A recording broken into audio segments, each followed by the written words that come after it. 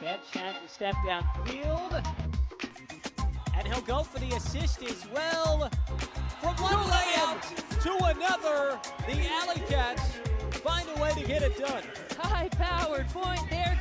Going for Havey. Havey's able to get there! On Betch dives and he got it! Oh my goodness, Nicholas Betch.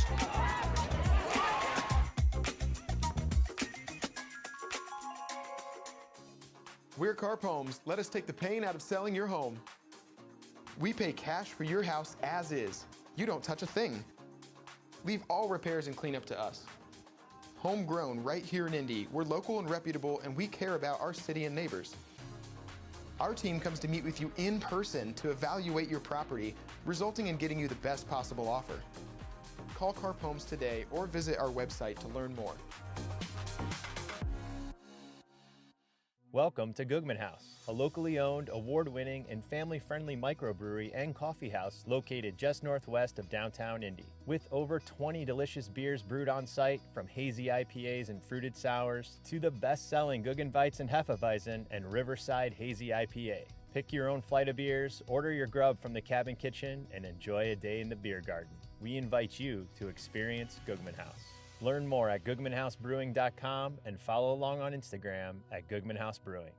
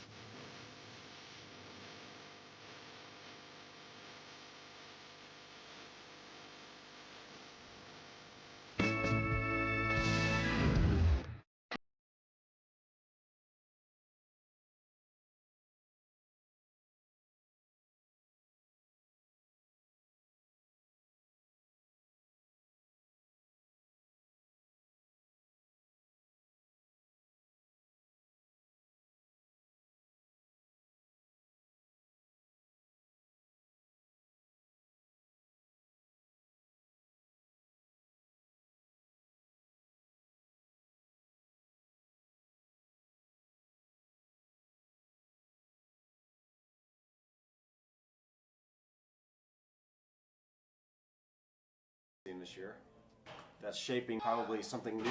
Like you didn't know what to expect with this chemistry. How are you feeling about that chemistry? As far as chemistry, when you've got this much of a group that's unfamiliar with one another, you have to lean into what I would coin artificial chemistry. So traditional chemistry is how you and I have known each other and played together for a decade. Artificial chemistry, I believe, can still be valuable, but that looks more like we are going to be fairly rigid at the beginning about our system and where we go and when I can expect you to be there, because that's going to breed confidence. If I know for sure where you're going to be, that breeds confidence in me, and that can generate what we call artificial chemistry. Hopefully what that builds is a natural chemistry, which can evolve from that. But we've got to lean into what we have right now, which is discipline and system, and hope that that kind of takes root and germinate some kind of real chemistry. Maybe talk about natural grass over turf. I personally love playing in natural grass over turf. When you lay out on natural grass, a lot of times you stand up feeling just fine. On turf, it feels like anytime I lay out, I'm picking up little nicky-nack injuries, whether it's a turf burn or a sprain or an ache or a bruise or something. So personally, I love natural grass, love the way it feels under the cleats. I think you can expect to see, especially at like a well-maintained field like Kuntz, you won't see any difference in performance that sometimes can be brought about by natural grass versus turf. I think that all you're gonna see is players more willing to lay out, players more willing to take chances on discs because they know there's a softer cushion when they land. Disc in your life, like what was it attracted you to that piece of plastic? Well, first I learned to throw at camp. Up in Michigan. And then I started playing my freshman year at College of Charleston, and I think it was the people. My team name, it was the College of Charleston Bums. We're the Charleston Bums, and I just embodied that bum energy, you know? We were just goofy kids. We were just goofy kids having fun, and that really I came to a school where I didn't know a single person, found these Frisbee guys, and I was like, I think that these are gonna be my best friends. And then moved to Louisville and got involved with a club team, and I knew some of those guys played pro and didn't really know about it, and that's how I ended up meeting the AlleyCats through some Louisville folks that play, and yeah, found the team that way. Did you know, like, man, I'm really good at this. I think I could go take the next level and becomes club or becomes pro or becomes whatever. You know, when did that happen for you? Yeah, I was never great at throwing to begin with. It was weird for me. Like I said, I played baseball, so switching the arm movement instead of up high going down to the side was a little weird. But I was a pretty good athlete in high school, and I had this big dude, the Serbian guy in high school, who had played in Serbia before he came to my high school. And he picked me freshman year. He was like, oh, I like this kid because I could catch. And he knew that when it came down to it, he could just send it out there, I'll go get it. And so that's when I was like, all right, pretty good. I became captain. I was like, all right, I want to do this in college. And then in college, I was like, I could maybe play pro here. I want to try to do it. And eventually made it happen. And so here we are, 4 years later now. What's the difference between playing indoors, outdoors, and how does that affect the team? Yeah, obviously weather will play a big factor between when it comes to outdoors versus indoors, but I'm excited for that for us, really. I think it gives our defense opportunity, obviously, to let the conditions play, and shows the skilled offensive guys to make plays despite the weather. So I'm really excited for Kuntz, really. I've heard from the guys that have played there how exciting that place is, how it's close to a lot of our fans. I'm really hoping to have a packed house and a great energy at our games. Why did you stay with Ultimate, though? Of all the other sports to play, why Ultimate? Well, on my freshman year coming in, I knew how to throw. So a lot of the players that were rookies didn't have the forehand throw, and I was kind of good at it. I was kind of like good at Frisbee, and I was like, I've never been good at soccer or basketball, and was okay at lacrosse, and it was the first sport where I really actually enjoyed playing it so much and kind of succeeded at it, kind of played well, actually. Can you talk about the offensive system a little bit? Yeah. So, this year we're going to be, I think, much more of an aggressive style offense. We're going to be willing and looking to move the disc vertically downfield more. So you should expect to see some bigger shots, and fast pace though. So we're going to be moving quickly, and I think it really plays well into the skill set of the guys that are on the team this year. So it'll highlight what we're good at, and should make it fun for the fans too. Wildcats. Why do you want to play pro? Yeah. In the club season, as a member of leadership, a lot of my effort and energy goes into mentoring young guys, developing strategies for the team as a whole. So my time with the AlleyCats, I get to lock in on me a little bit more, focus on my own development as a player, and it's just fun. I mean, like, playing in front of fans is not something that you get to do in club, so getting to do that is a big part of it as well. What's the best part of your game? I've always been a defensive player. I think, like I said, my speed, athleticism really helped me out with that stuff, and I'd really like to bring that onto the offensive side. I think that the same reasons I'm good at defense could be helpful on the offensive side, and I'm looking forward to improve my disc skills and really bring it up to the next level, because I think I could be pretty deadly on that side too. We're Carp Homes. Let us take the pain out of selling your home. We pay cash for your house as is. You don't touch a thing. Leave all repairs and cleanup to us. Homegrown right here in Indy. We're local and reputable, and we care about our city and neighbors. Our team comes to meet with you in person to evaluate your property, resulting in getting you the best possible offer. Call Carp Homes today or visit our website to learn more. Welcome to Googman House, a locally owned, award-winning, and family-friendly microbrewery and coffee house located just northwest of downtown Indy. With over 20 delicious beers brewed on site, from hazy IPAs and fruited sours to the best-selling Guggenweizen and Hefeweizen and Riverside Hazy IPA. Pick your own flight of beers, order your grub from the cabin kitchen, and enjoy a day in the beer garden. We invite you to experience Googman House. Learn more at GoogmanHouseBrewing.com and follow along on Instagram at Googman House Brewing.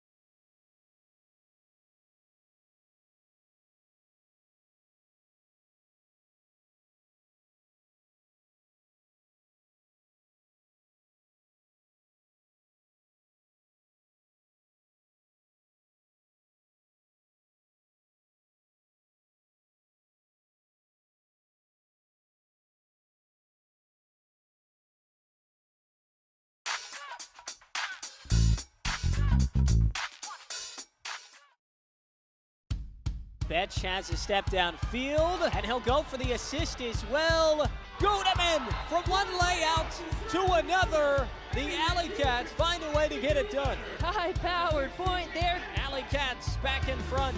From his brother. Going for Havey. Havey's able to get there. Betch dives and he got it. Oh my goodness, Nicholas Betch.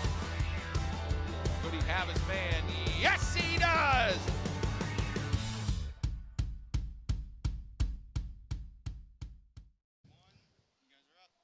Good afternoon, and thank you for joining us on WatchUFA.tv. I'm Harrison Silcox, joined by Kelsey Sparks, and we've got a fun matchup for you today between the Indianapolis AlleyCats and the Madison Radicals. Kelsey, why don't you tell us what's on the line tonight? Major playoff implications tonight, Harrison. If the Madison Radicals win, they lock in a spot in the postseason and eliminate Indianapolis. So for the AlleyCats tonight, it's win or go home. And one player they're going to have to watch out for the Radicals is Gostowski. Why don't you tell us a little bit about what he brings to the table for the away team? Anthony Gostowski has been a major problem for the AlleyCats over his first 3 seasons in the league. He's jumped off to a quick start this season, and he is second in the UFA in goals scored. He leads his team, and the AlleyCats said that their defensive game plan revolves around stopping Anthony Gostowski. And as you mentioned, that play is underway. It is the AlleyCats O-line who is out there to start. They're already knocking on the door, and just out of reach. They will not be able to haul that one in. Jack Gall was deep into the end zone to possibly open the scoring. Now we'll see if the Radicals can get a break point out the bat. A hammer throw gets them free from the goal line as they float one forward out to Luke Marks, who's been fantastic throwing the disc this season. As Marks gets it right back, Radicals trying to open with a break. And that's going to be a turnover. Now quickly moving it ahead, the AlleyCats will try to go the other way. It's Gall who had to pass just out of reach in the end zone beforehand. Tries to throw it back, and a good D put out by Pierre Robert. So back and forth we go. Team's a little bit sloppy to start after each of them played yesterday. As Radicals were late getting in, Kelsey and I will kind of try to navigate that storyline in the pregame of this one. A part of the reason why we had to be delayed a little bit today is a hammer throw over the mark to the near side of the field. And that is Madison, who it looks like just got the first goal of the game. And it's one worth putting on a highlight reel as well. I believe that was Noah Peterson, Kelsey, who snatched that one to the near side. And scratched that. It's Cade White who hauled it in, and the Radicals go up early. AlleyCats not happy with that in call. They think he was outside that line. It's a close one, but that score's going to stand, and the Radicals start this one off with an early break. The Radicals, you mentioned it, win, and they are in the playoffs today, currently third in the division. They've got a 5-3 record on the season, coming off a win against Detroit yesterday. They played at home yesterday, made the trip out here to Central Indiana today for the doubleheader. AlleyCats were on the road last night in a loss against Chicago. They fell by 10 and trying to bounce back and get their third win of the season today. Despite the loss by 10, Coach Drew Shepard was telling us that for a loss by 10, they were pretty happy with their play in Chicago. Missing a lot of their starters, still were able to achieve a lot of their team goals. They feel confident coming in tonight. Coach Shepard says he has his best 20 that he's had this season, and they are in a prime position to win. Well, Hoppy's pass had a little bit too much mustard on it out to the far sideline. Just getting healthy bodies back in the lineup could prove very helpful tonight. As you mentioned, Kelsey, certainly that's what the AlleyCats are hoping, but so far down by a goal in the early minutes of this one, and the Radicals looking for a second consecutive break point to start, and they'll do just that with the player we highlighted in the pregame, Anthony Gostowski. Anthony Gostowski off to a quick start here in Indianapolis, and as we mentioned, the Cats are going to have to find an answer for him if they want to win this game. Gostowski, one of the best players in the UFA at getting open in the end zone and scoring goals as he opens his bank account this afternoon. Kelsey, we talked to AlleyCats head coach Drew Shepard in the pregame, and he was pretty confident with how his team has been able to defend Gutowski at least earlier this season and was confident that they were going to be able to keep that up. One thing he mentioned was don't let them get behind you. But that time around, Gutowski able to get free. Yeah, you mentioned their last game on May 30th. The Cats were able to hold Gutowski to 2 goals, 2 blocks, and had 2 throwaways. So pretty good defensive pressure on Gutowski last time. Coach Drew Shepard says they need to force him underneath. Don't let him run deep, get behind everybody. So AlleyCats in a hole here early on as Havey has to haul that one out of the sky. Nearly another early turnover on the possession. And now it's back with Havey. And it's great to see Ben Landry back in action. This is his first game back from that hamstring injury that has kept him on the sideline for the last month. He's going to add a lot to this offensive line. I was going to say, Kelsey, that's just some of the better health that you mentioned, and kind of leans into what Coach Shepard was telling us in the pregame, just about how they've got bodies back. This is the best lineup that they've kind of been able to put out all year long, but turnovers mounting up here in the early going and just going to be shot downfield. We'll see if the Radicals can get another score here. They've got a free man if they want it, and that is 3 straight goals to open the game, and just about as good of a start as you can possibly have for Madison, giving everything, when you take into account everything they went through in the pregame, Kelsey, getting here late second end of a back-to-back and in 90-degree heat as well. The Radicals at a road game win, and they're in the playoffs, up by 3 here early on. Certainly an uphill battle coming up for the AlleyCats. Not much of a warm-up here tonight for Madison as that bus was delayed, as you shared, but you wouldn't know it based on this game. Radicals off to a hot start, 3 straight breaks to start the game. We got to chat with chat with the new coach of the Radicals, Jacob Spiro, before the game, as well as Max Sample.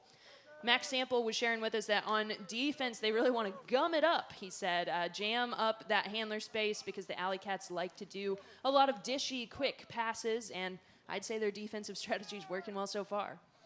Yeah, what do you think has allowed them to kind of get hands in the passing lane, so to speak, at such a high rate here early on?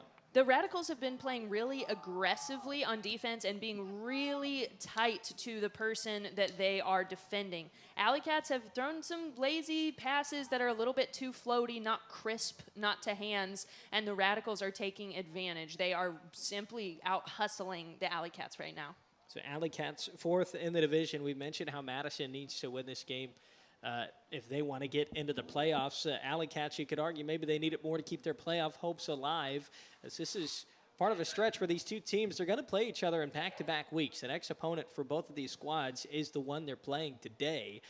So they're going to become familiar with each other over the next 7 days, but some serious implications on today's game. If the AlleyCats win, you've got even more implications on that next week's game. So really a pivotal moment in either team's season, as it looks like the AlleyCats tried to kind of circle the wagons a little bit after that timeout. We'll see if they'll be able to do that and clean up some of what they've been doing on offense. I like that timeout call from Coach Shepard. Refocus the team. Let's see if this O-line can get it done. This is Ames moving it to the near side. Davenport was available as he looks downfield and finds an open man as the AlleyCats move closer to midfield. And then another turnover right off the timeout. Just a miscommunication as Jake Wall sent that disc into the ground. And can the Radicals once again get a goal here in the early going? And what a layout D put on there from the AlleyCats. It was good hands from Cole Heiser. He's got 8 blocks in the season coming into this game, possibly keeping this point alive for the AlleyCats. And Cole Heiser has been one of the young guns that the AlleyCats are very excited about. He leads the team in assists. As Heiser floats one high up in the air, and Jake Wall's able to come down with it. Right on cue, you mentioned, leads the team in assists. He gets one there, and the AlleyCats on the board. It's what they needed. Glad that the AlleyCats were able to stop the bleeding there. Definitely needed that mental reset.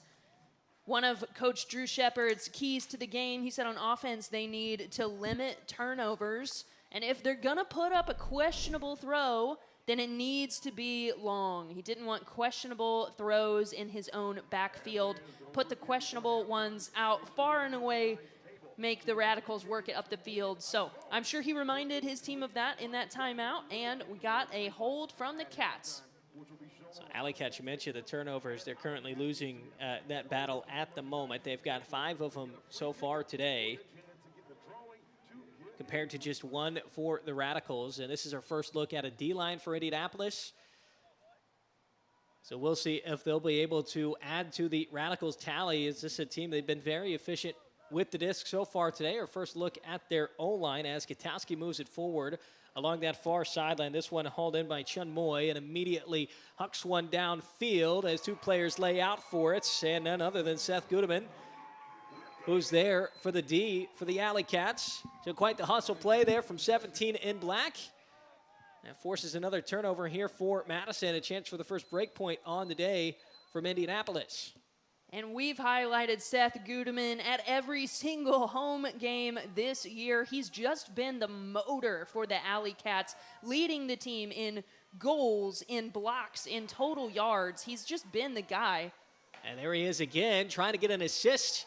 And he does just that. So he forces the turnover on one end and then finds Owen Woodward for the goal. And the AlleyCats get their first break point. And just like that, they're down by 1. Owen Woodward with his first UFA goal, and Seth Gudeman is the one that gets the assist. AlleyCats get 1 of their breaks back, and we've got a 1-point game. And we promise you that's Owen Woodward who hauled that disc in. He is wearing a different jersey today in 64, so some equipment issues, but Woodward, either way, getting on the field today, as you see close on the back of the jersey, but the last name was Woodward, and he's got a goal in his pocket so far this afternoon. The AlleyCats down by 1 in the second meeting between these 2 teams this season. It was 22-11. Madison won the first game. It was their lowest goal total on the year. I mentioned that both these teams are on the second end of a back-to-back.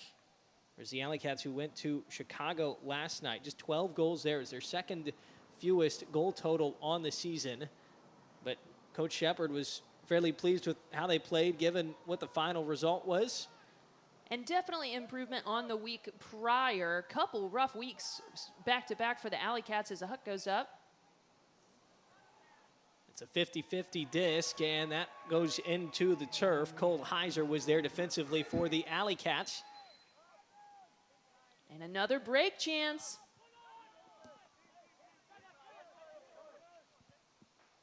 This is Ingham along that sideline. He's got options available, trying to go for the goal, and he will get the assist. And the AlleyCats have tied this up, courtesy of Jake Wall with his second goal today. Jake Wall finding the end zone a couple times early. That's another young guy the AlleyCats are excited about. And the one that threw it to him, Sam Ingham, the rookie, has started to really break out over these last couple weeks. He had a crazy grab against Chicago here 2 weeks ago. He is third in assists on the AlleyCats already after playing a lot of O points the last few weeks. AlleyCats are really excited about their young talent. You mentioned Ingham and how he's really coming on the last few weeks. That's now 12 assists on the season. He's also got 7 goals, all that coming in his last 4 games played. Did not play in the matchup against Madison earlier this year. So it's the Radicals' first look at him and what he brings to the table when he double knots the cleats and steps on the field. So how does Madison respond now? Both these teams giving up 3 consecutive breaks. We're tied at 3-all. Madison needs to come away with this hold. Their offensive line didn't have to play at all the first 3 points. So trying to find their rhythm now. There's Max Sample, who told us that on offense they need to get their timing down with their cuts, keep the energy up. And we've got a travel call from the official. Sample a little bit confused. Looks like Tanner Graham is saying that it should be a stall, but they're not calling a stall, they're calling a travel. So they'll back it up and Sample gets to keep it. The big difference between what the outcome would have been there had it been a call, and now you get a whistle. And Sample's going to have to back it up once more.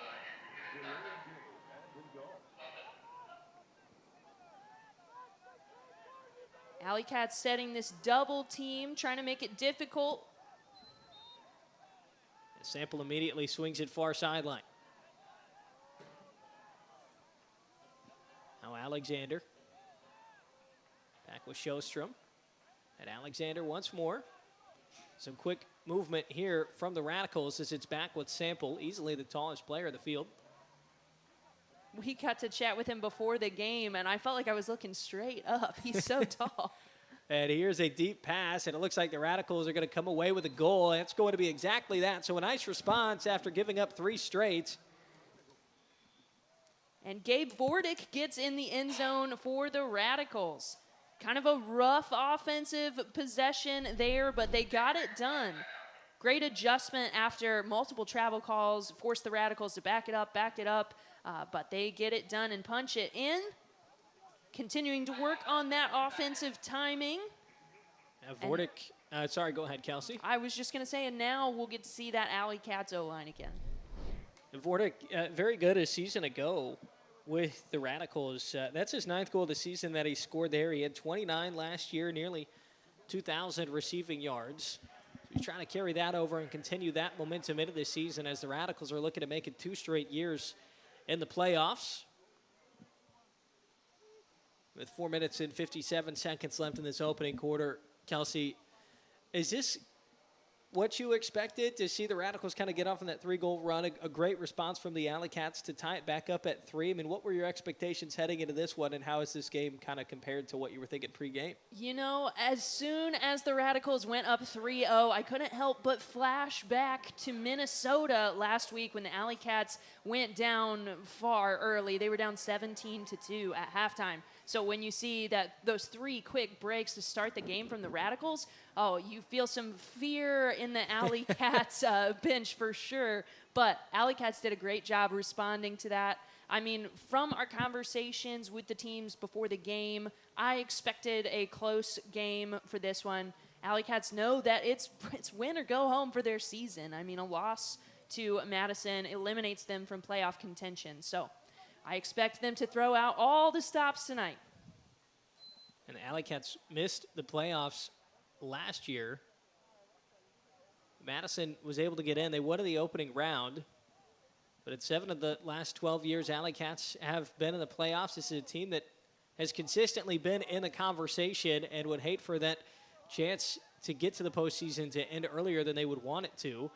Actually, a team that's playing with a little bit of nothing to lose, but that is a turnover right there as the AlleyCats will have to switch from offense to defense here with this O-line back out of the field. This is Carrico as we get a whistle that stops play. Looks like a timeout called by Coach Jacob Spyro. Expect the line switch here in this tight game. I like that call. Get his offensive line on the field for this break. You mentioned the offensive line, but it's really been the D-lines who have kind of been the stars thus far today. 6 total break points between the 2 teams. Each of those were part of 3-goal runs that each team went on. Not something that you see, normally when you are expecting to see a very competitive game, especially we highlighted Kelsey Anthony Gutowski at the pregame, and he does have a goal in this one, but because the D-lines are still in the show so much, we really haven't seen a lot of the Radical star player. That's true. It has really been a tale of the D-lines tonight. Both teams playing with a lot of intensity on D and matching each other shot for shot, break for break. So we'll see if the Radicals can extend their lead, punch another break in here. We've got the line change that is out there now. Some new personnel on the field for the Radicals. This is Ted Shuey. Looks like the Radicals called a zipper play out of that vert stack, but it didn't manifest downfield. So Sjostrom heaves it down to Chun Moy, who is able to chase it down, but he's not across the goal line. He's got to find a teammate, and he'll do just that. So a well-called timeout by Jacob Spyro for the Radicals as they make it 5-3, go back up by 2. And there's Anthony Gutowski adding to his goal total. Coming into this game, he had the 2nd most goals in the UFA. just fairly young in his career. This is his 3rd year in Madison. He's got 130 goals now in his career. He was 2nd team All UFA a season ago. So looking to build on a very strong foundation that he's had here, playing in the UFA, and already had a good start here in this first quarter with a pair.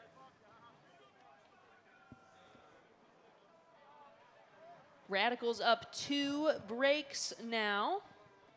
AlleyCats needing to answer with the hold here on this one as they put their O-line back on the field.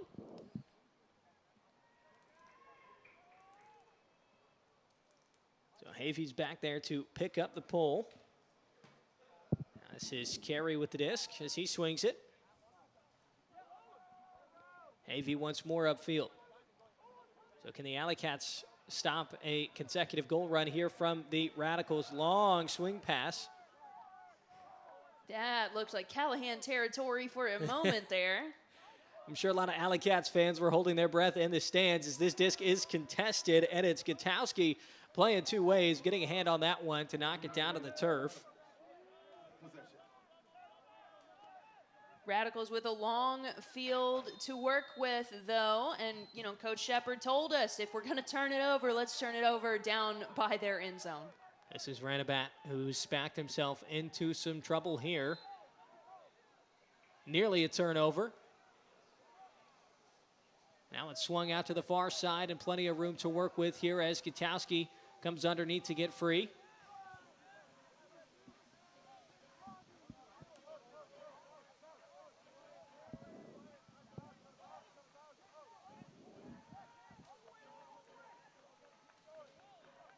Cats sticking with this double team.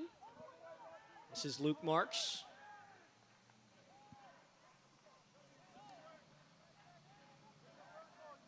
Gudeman trying to get a hand on that one, but Gutowski able to secure the disc and float it upfield. Maxi Jungo with it now, and that is 3 consecutive goals in the second 3-goal scoring run that the Radicals have gone on, and they are in control once more on the road here with 2:25 left to play in the opening quarter as Luke Marks is able to get his first goal of the day. Luke Marks leads the Radicals in blocks. That big-time defensive player gets in the end zone for his 4th goal for the season. And he's looking to be a problem for Indianapolis this evening. Yeah, he's a real asset to have defensively. Mentioned he leads the team in blocks, 13 in the year coming into this one. He had 16 blocks last year. And as a team, the Radicals nearly at 100 blocks in the season. Good enough for 4th highest in the league, as they have a lot of disruptors defensively. And the AlleyCats are learning more about that today. Radicals trying to go up 2-0 in the series meetings this year.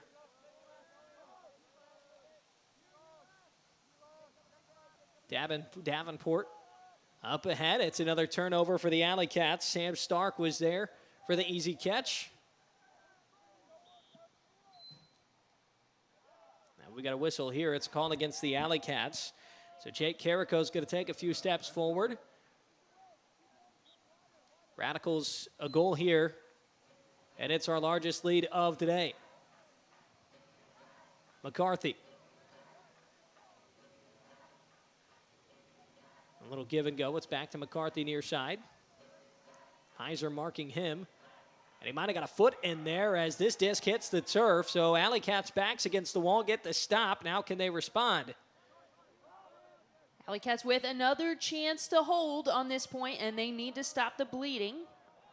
Great hustle by Cole Heiser on defense to help get the AlleyCats the disc back on this one. Ames moves it near side. Davenport throws ahead, and now a long pass. Is anybody going to be able to get there for the AlleyCats? We'll see a layout, and we will see a goal as well.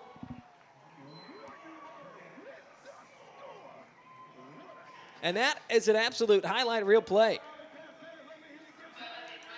AlleyCats desperately needed that one and delivered. The fans are going crazy on that layout. AlleyCats able to keep that hold.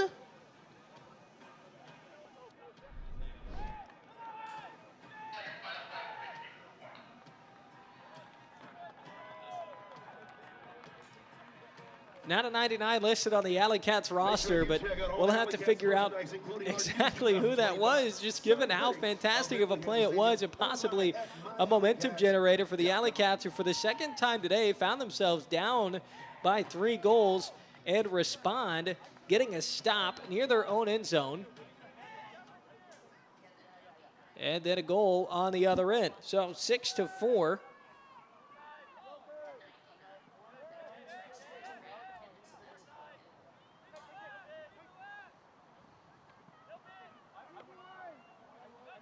That's his Sample back with it at midfield.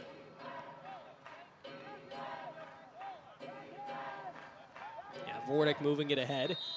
And a call goes against the AlleyCats. Noah Chun-Moy on the reception and drawing the contact as well. He's got a double team. I'll try to throw around it. And Chun-Moy getting up high in the stall counts, and Sample is there for the catch in traffic. And so a good response for Madison, and the lead goes back up to 3, 7-4. Sample with his second goal of the season, first today. Good quick hold there by the Radicals to extend that lead again. And it looks like Tanner Graham was almost there for the Superman layout D. Little shaken up, but I think it's just the wind knocked out of him. I think he'll be all right.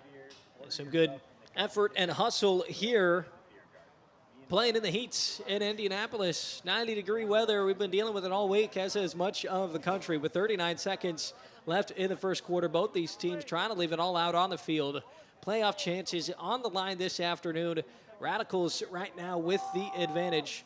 7-4 as the O-line back out on the field, looking for another response, trailing by 3 for the third different time today. Havey receiving the pull.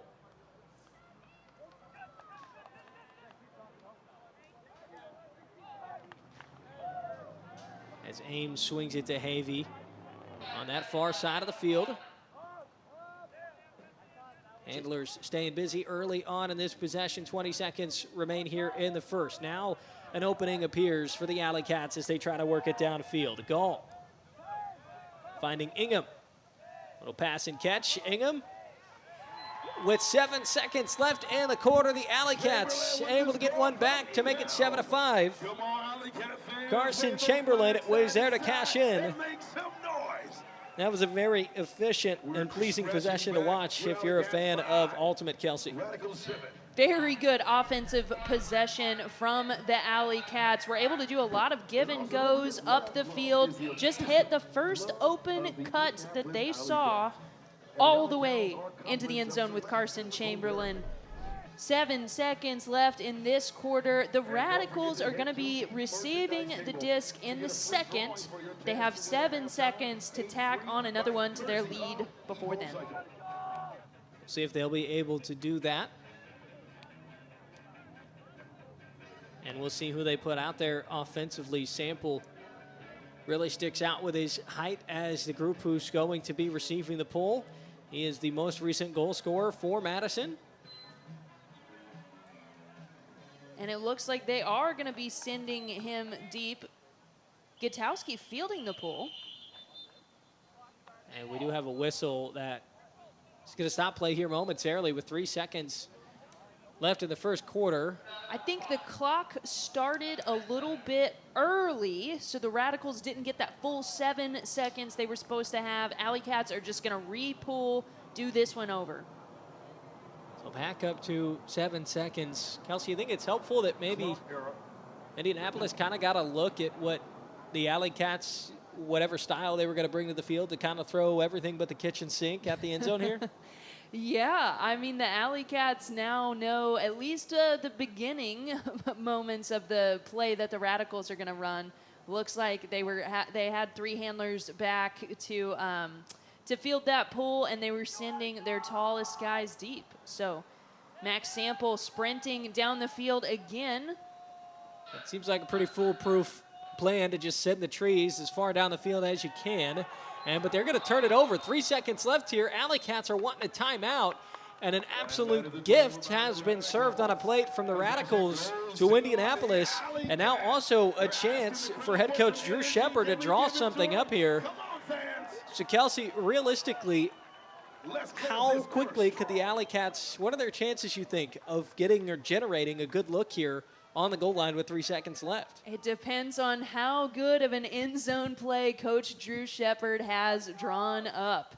Realistically, you don't really have time to reset this disc. You've got one throw, one shot to the end zone.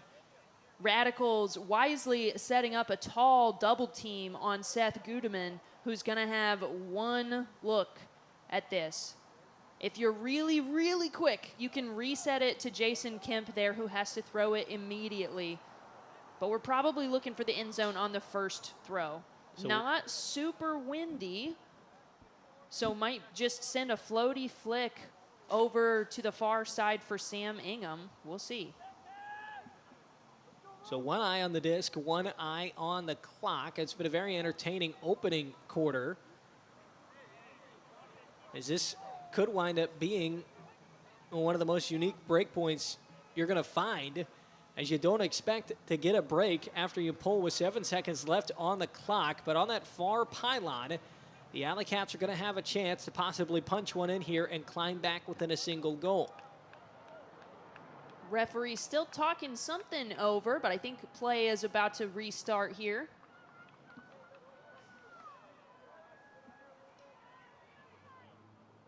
Will we see a swing, or are they just going to go straight for the goal right away? Gudeman throws, and the AlleyCats cash in. My goodness, you could not ask for some better momentum heading into the second quarter with 1 second, and the clock now showing 2 seconds left in the first. Indianapolis climbs back within 1 to make it 7-6. Gudeman with the assist. Great play there from the AlleyCats, and great communication as Seth Gudeman gives Jason Kemp the nod right before he goes strike there. That was some great communication between those two handlers. Jason understood the assignment, went strike for the goal, and now we're within 1. So the strike cut sets up the goal. AlleyCats trying to respond once again. They found themselves down by 3 in this opening quarter on the multiple occasions. They have yet to lead, but a huge opportunity to bring it within 1. They take advantage of it. Now they're going to pull here with 2 seconds left. And we've seen what feels like an entire game's worth of moments here in just the first quarter alone. Out of bounds pool, so the Radicals are going to get to take this one at the brick. Just enough time for one huck. But can you outdo the buzzer beater with a buzzer beater of your own? Going to be tough to get a huck off here with the tall double team of Sam Ingham and Mace Chope up in your face there. We'll see what the Radicals can pull off. They will just try to heave it downfield, and that'll do it for the first quarter of play. AlleyCats get the last laugh, but they do trail by 1 heading into the second. As you're watching a very entertaining game between the AlleyCats and the Radicals on WatchUFA.tv. We are back after this. It's a normal day until the unthinkable. Oh no! The water heater has sprung a massive leak. But you're not worried. You have a direct line to Walt Waterman. Step aside, folks. We got this. Thanks, Walt. It's what we do. For all levels of residential plumbing repairs and service, call or text Winters Plumbing. We're called Winters Plumbing, but we serve every season. Throw like a pro with a new Pro Ultimate Frisbee. Created with input from the sport's premier passers, the Pro Frisbee is specially designed to fly through the wind and maintain its edge. Experience the official Frisbee of the UFA and get yours at shopufa.com today.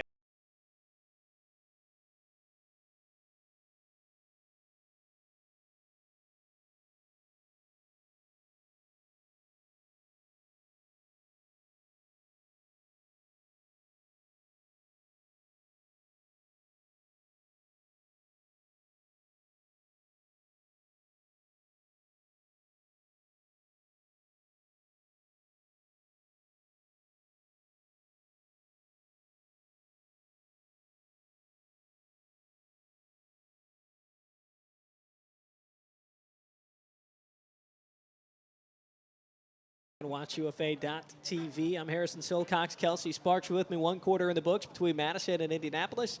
7-6 Radicals lead.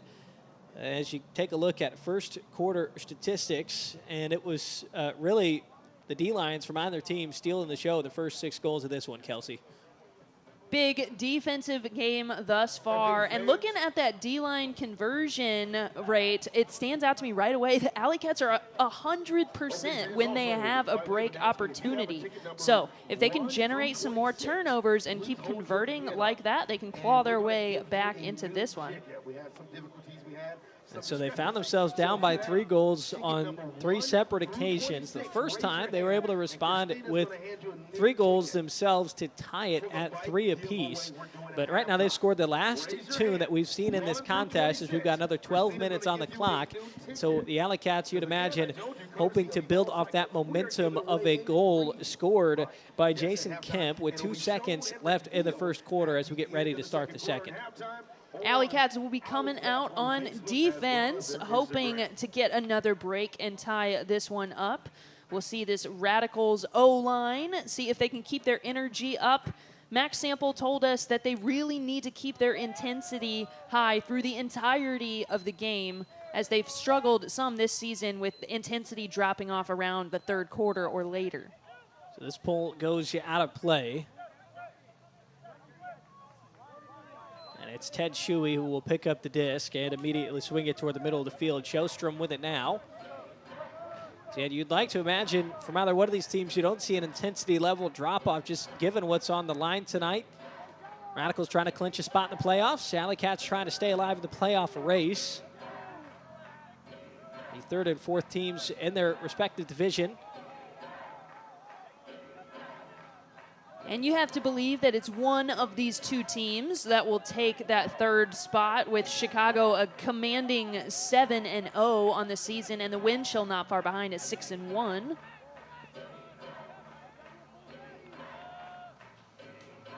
So you mentioned the 3rd spot is really what's key here as Katowski has the disc now. Both these teams really eyeing it. It's kind of similar to what the situation was last year in the playoff race down the stretch end of the season. Great opening possession here from the Radicals, and they're able to cap it off with a goal. That is Kai Marcus, just his 2nd goal of the season, 1st today. Marcus normally delivering the goals, and 6 assists on the year coming into today's contest. But just like that, Madison back up by 2 on what was a very efficient and effective possession, Kelsey. Quick work there from the Madison Radicals. Kai Marcus, that's a name that we've said a lot over the years in Indianapolis, adds another one to his tally, and the Radicals back up by 2. Marcus, you mentioned familiar name. 37 assists last year was a career high for him, nearly 3,500 throwing yards as well. He's very good when he's got the disc in his hands. And Kelsey also just seems, Marcus does, like a very calming presence when he has it. There's not a lot of panic in his game. Honestly, the same can be said for a lot of that Madison Radicals O-line, but you're right, Kai Marcus does just bring a calmness to the field. So how does Indianapolis respond? Ingham with the disc. He's pinned along the sideline. Will swing it around. Ames coming down with it. And now tries to split what was a double team momentarily. Turns it to a turnover. It's an opportunity here yet again for one of the D-lines today. It's the Radicals trying to make it consecutive goals. Stark. Robert. Now McCarthy. Goes deep to Robert, who just leaks open and catches for the score. As Pierre Robert makes it 2 goals on the afternoon.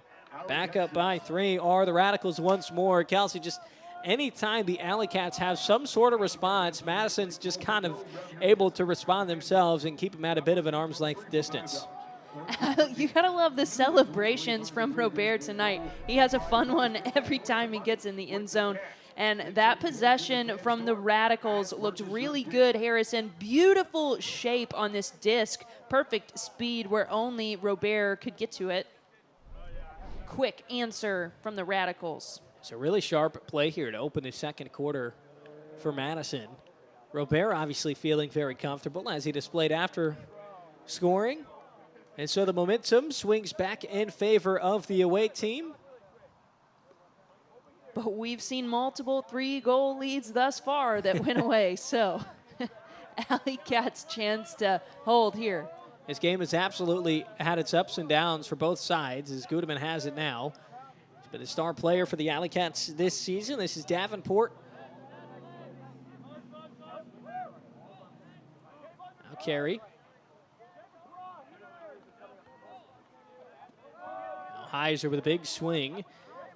Hoppy tracks it down. It's Davenport. This time on the far sideline.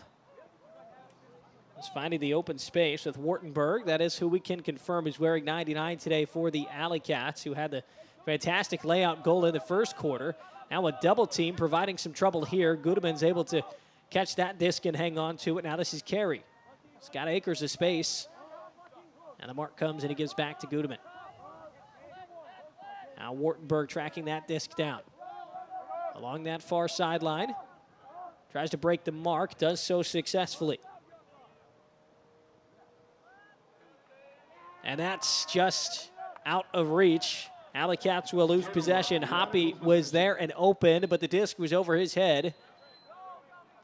And now a conversation between Gutowski and the official on, I believe, where to put this disc back in play. And just an execution error there from the AlleyCats. The look was there. Hoppy was open on the break side. And a lot of times when a turnover happens in Ultimate, we ask, was it an execution error or a process error? And that one was just execution. Now Yunga on the heave downfield. As the Radicals knocking it on the goal line. Once again, it was Marks who tried to go with the long jump there to get the goal himself. Instead winds up with the assist, and none other than Anthony Gutowski there for his third.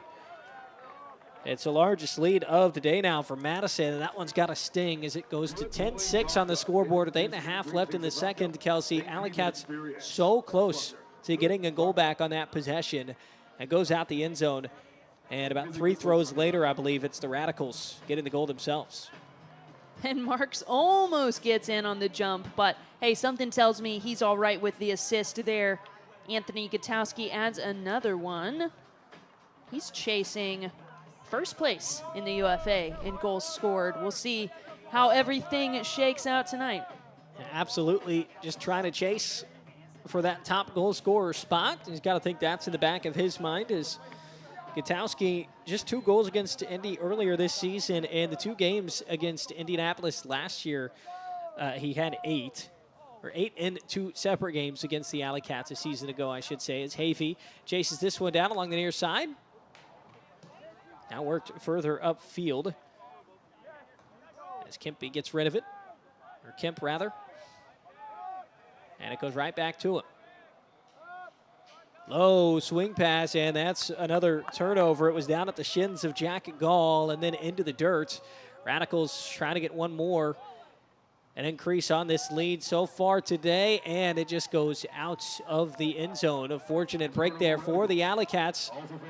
7:48 left to play here in the second quarter, and nearly we're about to surrender a 5-goal lead. A gift is right, Harrison, after a tough turnover for the AlleyCats. Their last 2 turnovers have just been errant throws, not forced by the Radicals. So Cats need to tighten it up offensively. This is Kemp along the near sideline. Works his way around a double team. Ames now swings it once more. Ingham with it. This time Gall's able to haul it in. Havey now. AlleyCats looking for a score themselves, and they'll be able to get it with the goal. 2 players had a shot at it. All that matters for the home side is they're able to get one back on the board. Lead shrinks back down to 3. Jason Kemp does a great job collecting the garbage there. Right place, right time for Jason to pull that one in, and the AlleyCats needed that. They've just given up their largest lead of the day, but they're able to get one back. Kind of similar to what we saw earlier in this quarter, but flip-flops, where it looked like Hoppy for the AlleyCats had a surefire goal on one end of the field. Disc went over his head. Radicals wind up scoring that possession. It was a bad turnover from Indianapolis. It looked like Radicals were about to score. They had a turnover on a pass that was into the end zone. And then quickly on the response, it was Indianapolis. And that is the first goal of the second quarter as the AlleyCats try to rally once again. Have yet to lead in this game. Last time it was tied, it was 3 apiece.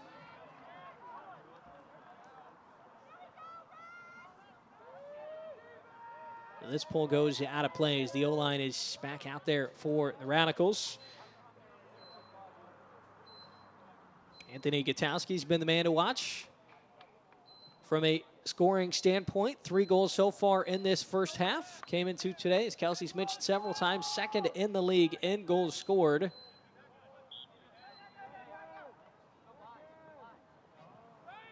Now Sjostrom.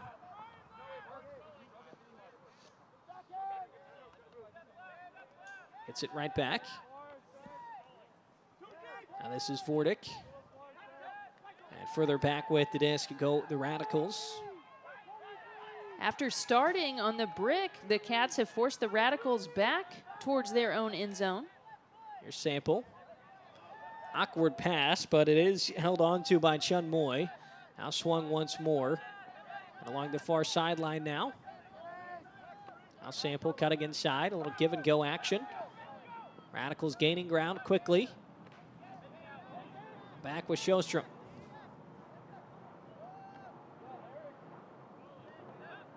Good discipline and patience here from the Radicals O-line, not forcing anything. Now Shu, right as you say, they're not forcing anything, trying to find Sample in the near corner. Commentator's curse, I guess. We jinxed the Radicals right there, and the AlleyCats with a break opportunity. Break opportunity, but good news. Bad news is it looks like Gudeman might have been shaken up a little bit on the play. And that's not the man you want to see shaken up if you're an AlleyCats fan. Leading the team in almost every category. They need Seth Gudeman to come back into this game quickly. So it's Landry who took his spot on the near corner, quickly swings out of trouble. This is Betch on the far side. We will monitor the Gudeman situation. He immediately called for an injury as soon as he had made the play defensively. Landry scoots one ahead. It's held on to by Wartenberg. Can Indianapolis make sure that Gudeman's efforts on the D pay off here as they look for a break point? Landry, double team now. Now this is Havey. Came over last year from Detroit as he swings it. And now with some room to breathe is Indianapolis. Heiser looking for the pass in the end zone and could not be there for the assist. It was Tanner Graham who would have had the goal, hadn't been able to come away with it. Just under 5 minutes left to play here in what's so far been a lower scoring second quarter.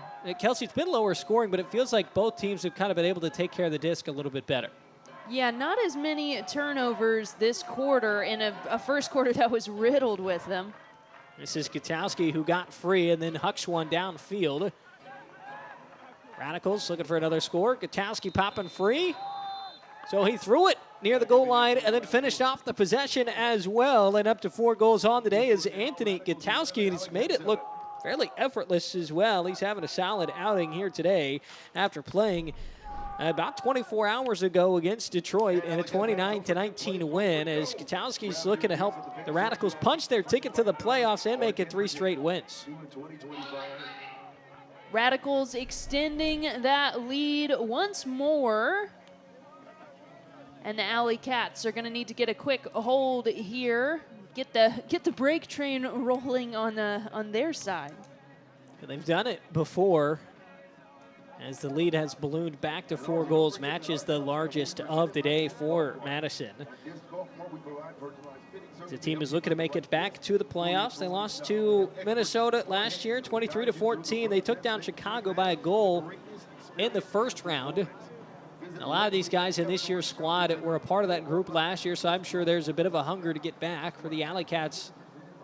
It's been a lot of roster change this season, a lot of fresh faces, a lot of people who are a little bit more new to playing the UFA or not as experienced of a group, but this is a team that, when you're talking to Coach Drew Shepard beforehand, Kelsey, felt like they were kind of starting to clean up some of the small issues they've been dealing with. It really, I'm paraphrasing here, of course, but something that he was pleased with after that loss to Chicago is he said he felt like they were kind of doing the small things correctly and kind of hitting those fundamentals.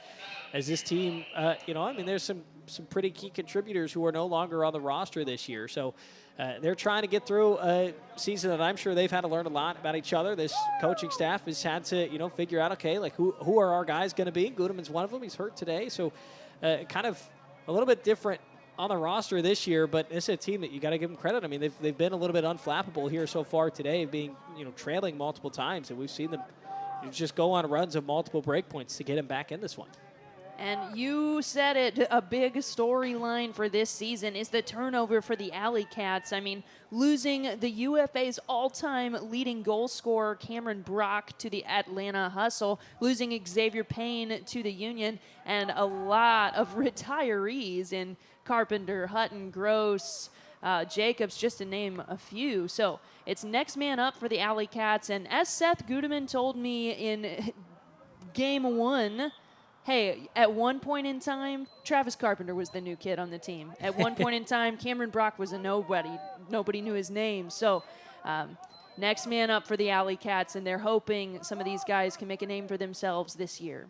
Yeah, it's all part of that growth. Guys come and go, and you see them, develop over time, especially guys who are on the roster, been here from the beginning. And so, yeah, kind of a bit of a new era for this team that's trying to make a comeback as Landry wants a call for some contact there, and he'll wind up getting it as it looks like Maxi Yunga's ankles collided with Landry's on the reception. We talk about the response from this team. What can this O-line do? As Hoppy, stuck on the near sideline, throws around the mark. And we mentioned Gudeman a moment ago. He is back on the field, so that's good news for the AlleyCats. Good to see. Last point went out with an injury. So 17 in black is back out there for the AlleyCats. Is Graham. Does find Gudeman.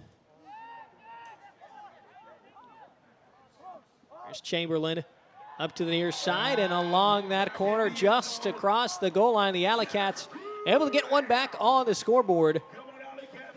Good offensive possession there from the AlleyCats. Great patience in working that up the field. And, hey, when the AlleyCats play within themselves like that, they put points on the board. I mean, most of their turnovers tonight have been silly decisions or just execution errors that were unforced. So when the AlleyCats are able to clean it up and kind of play within themselves a little bit more, don't force anything, don't get too shaky, they can make it happen on offense.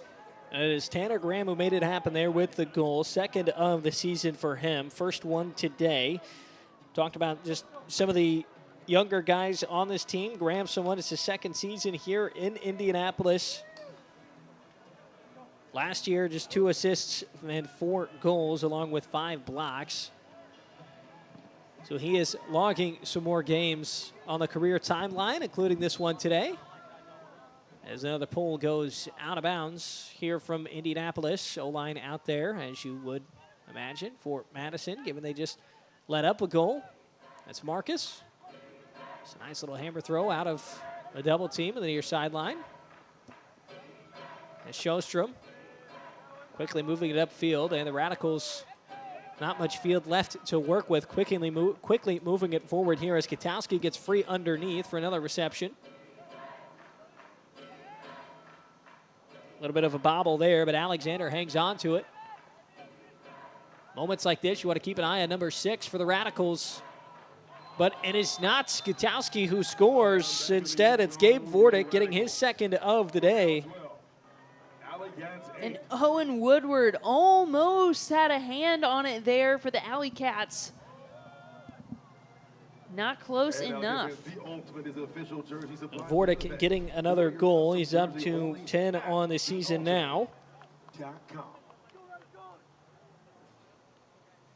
Nice quick hold there from the Radicals so that AlleyCats O-line doesn't get much of a break.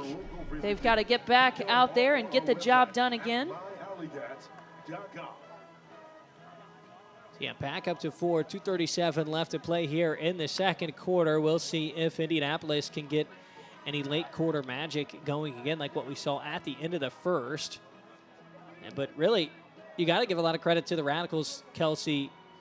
You never know how teams are going to handle when a self-inflicted error leads to a buzzer-beating type of goal like what we saw at the end of the first quarter. It was an unnecessary turnover right in front of their own goal line. The AlleyCats were able to call a timeout and cash in. They really didn't let that affect them too much. They just kind of got right to business here in the second quarter and have extended that lead up to 4. And, you know, the AlleyCats have had a lot of last-second magic this season.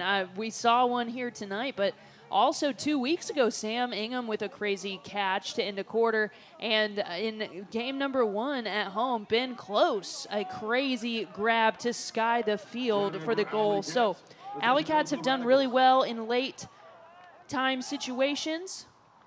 But an unfortunate turnover there, and the Radicals cash in immediately. Lead is now up to 5, largest of the day.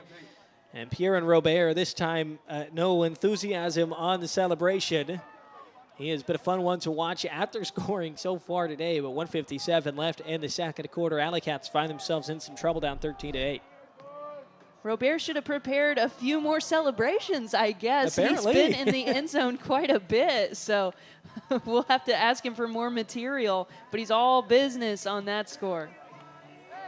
So the turnover is something the Radicals immediately cash in on. Their break percentage, 35% on the year ahead of this game. It was 4th best in the UFA. This is a team that can bring it defensively. We've seen them do it there. Some of the plays have been good hustle plays, but you mentioned a couple times, Kelsey, some of the turnovers, it's something the AlleyCats have been trying to battle all year. It's just unnecessary turnovers. When you have such a young, inexperienced team like this, unfortunately, a lot of those unforced errors seem to happen. Just a lot of youth on this team, and the more they get the reps, the more they'll settle in those pressure-filled situations. But yeah, as of now, the AlleyCats, their turnovers have really been beating themselves. Nice catch there from Betch, and then he's going to huck one downfield. And 2 players had a good play on it, but it is the AlleyCats who come up short, and possibly, I believe that's Ryan Wartenberg, who is deep, who might be a little shaken up on the play as well. Second player for the AlleyCats. Was a little bit slow to get up today, as that is Wartenberg. And he really made a fantastic last-ditch effort to get that disc when it seemed like there was no way he could make a play on it. I think he even got a hand on it close to the ground, sacrificed his body a little bit to do so, so hopefully he just got the wind knocked out of him. Meanwhile, Radicals back with the disc. Katowski out of some trouble. Nice catch just in the nick of time by Chun Moy. And that play, as we get a call here. That call, it goes against the AlleyCats, so Radicals fortunate there to keep hold of possession. I was going to say that Wartenberg last-ditch effort play reminded me of a play from retired AlleyCat veteran Travis Carpenter. Oh, goodness. Probably 7 years ago against Madison, came away with a play like that. Now a turnover forced. As Kelsey jogs the memory of longtime AlleyCats fans, we'll see if today's AlleyCats can wind up getting a goal after it looked like the possession may be lost, and it's another turnover. Radicals are there to steal the disc right back. Just tried to force it up that sideline when they didn't need to. On a situation like that, when your person in the end zone, your cutter, is standing still, the Radicals who are moving are going to have that advantage. So rather than forcing it up to the cutter in the end zone, you really need to reset that one, change the angle of attack, let the offense get set up again. But alas, Cats try to force that one up cram it up the cram hole, as a lot of Ultimate players would say. And now the Radicals with a break chance. I was gonna say, you don't have to play Ultimate for very long to hear that phrase. As you bring that up, but yeah, I mean, just try to throw it in through some traffic if you need that translated for you. And with 32 seconds left, what do you think the Radicals are looking at here with an opportunity to score out of the timeout? 32 seconds is worlds of time in this game. Oh, I mean, we've seen scores with one that used 1 second. So plenty of time for the Radicals. Look to see some kind of play off of this dead disc here. And the AlleyCats probably looking to double team on the mark. Nope, just one. Just Seth Gudeman on the mark. Now it's Gudeman on the mark. Shuey with the disc. And he throws around Gudeman. So now half a minute left here in the first half. Radicals with their largest lead of the day, trying to expand it. 13-8, down to 20 seconds left. Now starting to work it up the field. It's Vordick who hauls it in on the near sideline. Now floated up ahead, DiLorenzo. Now centered toward the middle of the field. Gutowski, a little give and go action. 5 seconds left here in the quarter. Hammer throw to Gutowski, just outside of his fingertips and out of play. 1 second left. Now what can the AlleyCats do here? Mentioned late magic in the first quarter. Kelsey, is there any hope for something here at the end of the second? Gonna be tough for Hoppy to get a huck off against a tall Radicals double team with only 1 second remaining, but let's see if he's got some of that AlleyCats last second magic. Sample's got some height and what looks to be like a ridiculous wingspan. That is borderline rule breaking. It's just my opinion, but I don't come with a lot of hype myself, so it's good I don't spend much time on camera on this broadcast. But 13-8, we'll see if the AlleyCats can do something as they just try to float it ahead. And we get a second whistle there that stopped play immediately. I think we still got some life here in the first half. Looks like we've got a travel from Drew Hoppy, so going to back him up. And we'll go with 2 seconds again.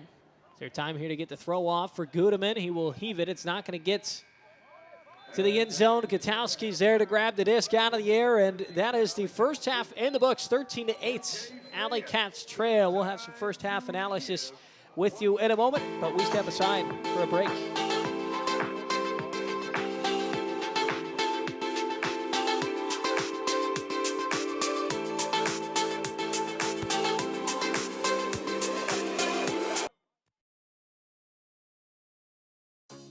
We're Carp Homes. Let us take the pain out of selling your home.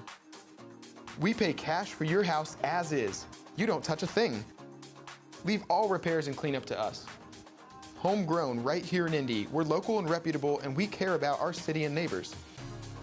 Our team comes to meet with you in person to evaluate your property, resulting in getting you the best possible offer. Call Carp Homes today or visit our website to learn more. Welcome to Googman House, a locally owned, award-winning, and family-friendly microbrewery and coffee house located just northwest of downtown Indy. With over 20 delicious beers brewed on site, from hazy IPAs and fruited sours to the best-selling Guggenweizen and Hefeweizen and Riverside Hazy IPA. Pick your own flight of beers, order your grub from the cabin kitchen, and enjoy a day in the beer garden. We invite you to experience Googman House. Learn more at GoogmanHouseBrewing.com and follow along on Instagram at Googman House Brewing.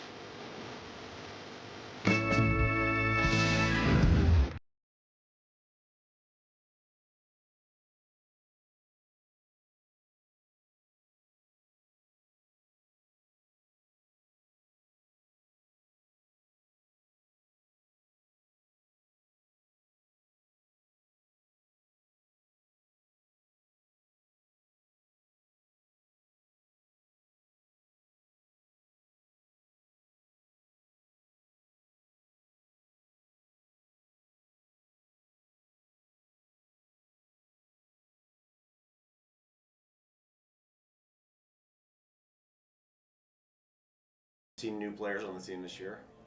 That's shaping probably something new. Like you didn't know what to expect with this chemistry. How are you feeling about that chemistry? As far as chemistry, when you've got this much of a group that's unfamiliar with one another, you have to lean into what I would coin artificial chemistry. So traditional chemistry is, hey, you and I have known each other and played together for a decade.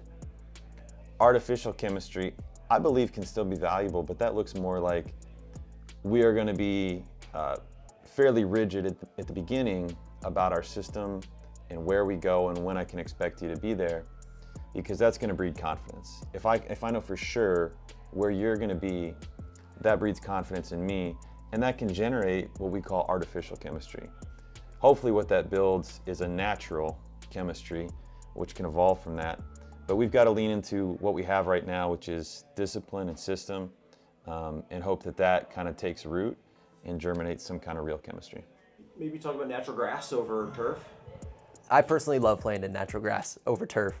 When you lay out on natural grass, a lot of times you stand up feeling just fine. On turf, it feels like anytime I lay out, I'm picking up little nicky-nack injuries, whether it's a turf burn or a sprain or an ache or a bruise or something. So personally, I love natural grass, love the way it feels under the cleats. I think you can expect to see, especially at like a well-maintained field like Kuntz, you won't see any difference in performance that sometimes can be brought about by natural grass versus turf. I think that all you're going to see is players more willing to lay out, players more willing to take chances on discs because they know there's a softer cushion when they land. Disc in your life, like what was it attracted you to that piece of plastic? Well, first I learned to throw at camp. I learned to throw at camp up in Michigan, and then I started playing my freshman year at College of Charleston, and I think it was the people. My team name, it was the College of Charleston Bums. We're the Charleston Bums, and I just embodied that bum energy. You know, we were just goofy kids. We were just goofy kids having fun, and that really I came to a school where I didn't know a single person, found these Frisbee guys, and I was like, I think that these are gonna be my best friends. And then moved to Louisville and got involved with a club team, and I knew some of those guys played pro and didn't really know about it, and that's how I ended up meeting the AlleyCats through some Louisville folks that play, and yeah, found the team that way. Did you know, like, man, I'm really good at this. I think I could go take the next level, like because club or because pro or because whatever. You know, when did that happen for you?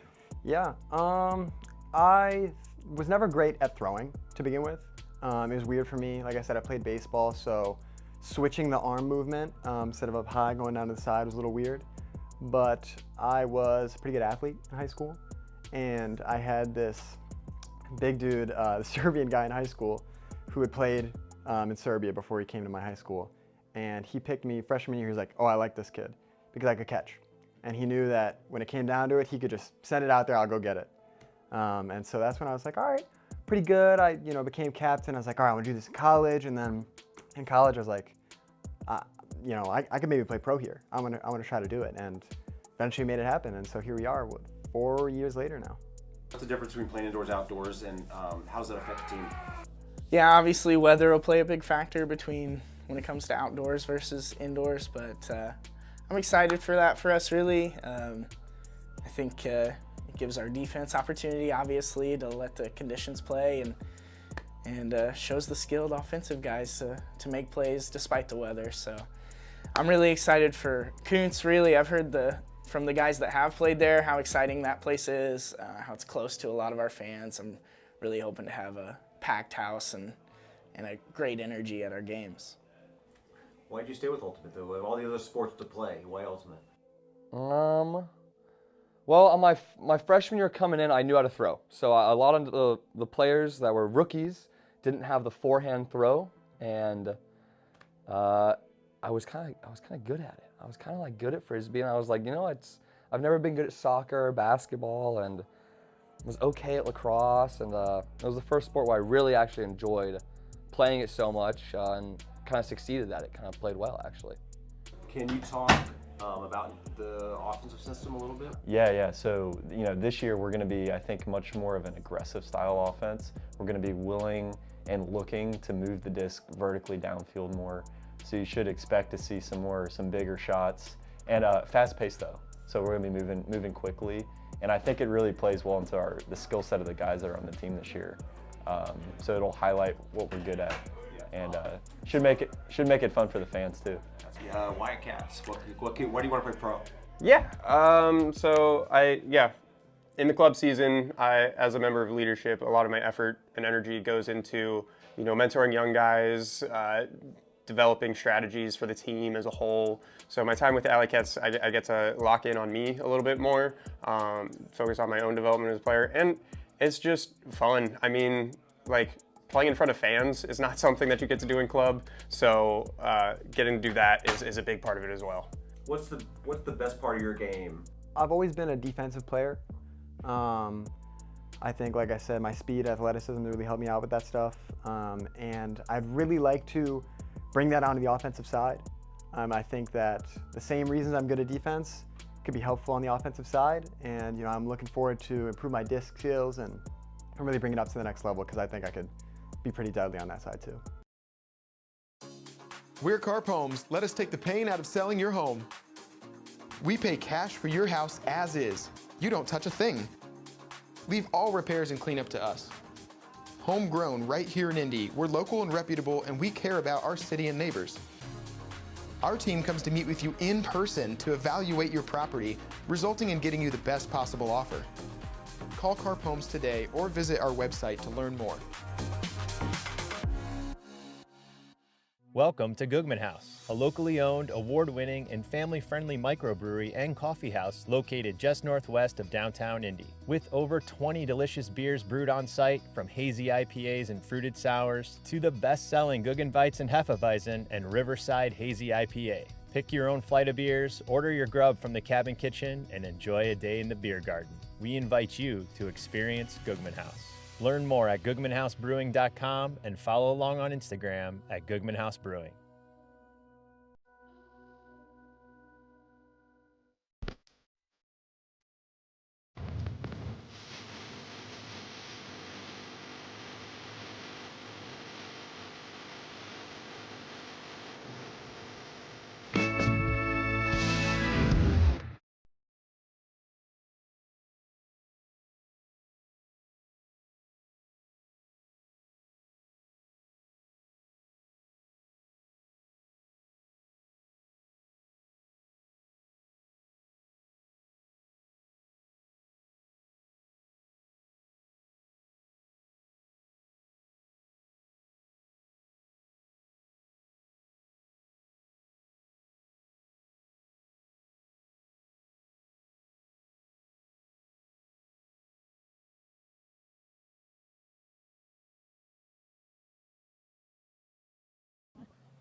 Welcome back to Indianapolis. You're getting a look at the Madison Radicals warming up for the second half as we're still in the halftime break. I'm Harrison Silcox.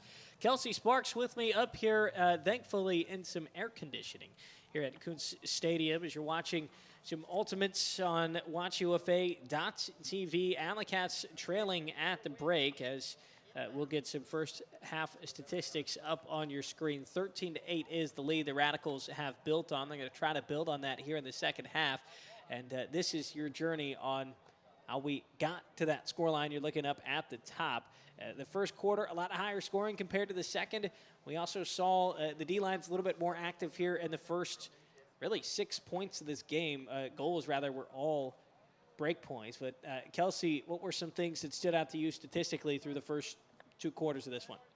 Well, starting at the top here, that O-line conversion percentage, the AlleyCats have had quite a few turnovers, 16 to the Radicals' 8, as you see on the bottom there. So that 5 out of 20 on the O-line conversion, not great. That's something that the AlleyCats will really need to clean up for this second half. And, you know, as we talked about earlier, a lot of those turnovers were unforced, Harrison. Really just execution errors or mental errors where the AlleyCats were beating themselves. So I'm sure Coach Shepard is talking to his team about cleaning up the unforced mistakes.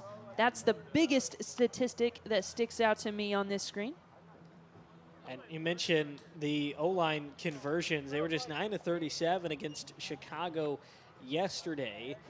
So that is an area where they have struggled, and the turnovers as well. It's a pretty big number, 16 there in that first half. One player to want to highlight for the away side, the Madison Radicals. We've been talking about them all broadcast, starting in the pregame, and then now here again at halftime. Anthony Gutowski, 4 goals in the first 2 quarters. He's up to 42 goals on the season And he just really knows how to get open in the end zone.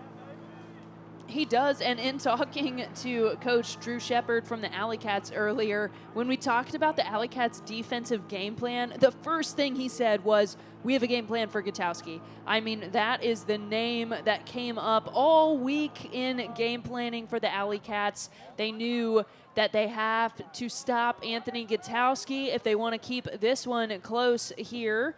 And Gutowski has been a force to be reckoned with. Just very fast in the cutter space, able to outrun a lot of the AlleyCats defenders. He's been in the end zone and involved with the plays all night. I do want to make a correction. It's just 3 goals there in that first half for Gutowski, or was 4. So, yes, it was actually indeed 4 goals there. As the graphic there displays 3. He did get that 4th, but let's switch it back to the home team, Kelsey. For the AlleyCats, we talked with head coach Drew Shepard in the pregame. Just something they've been working on all season long is just kind of cleaning up the small things. We have mentioned how this is a younger team.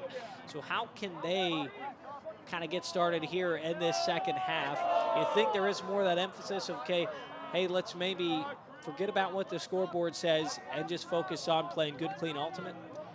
Every single rep is an opportunity for the AlleyCats to grow. I mean, big storyline this season, and no surprise to anybody. Lots of young faces on the AlleyCats. We've talked about it every game thus far. We're going to talk about it for the rest of the season. This is a young squad. So, yeah, with every single opportunity that you have the disc in your hands, I mean, it's an opportunity to grow, to get some more reps under your belt. So Coach Drew Shepard talks about control the small things and control what the Cats can control, right?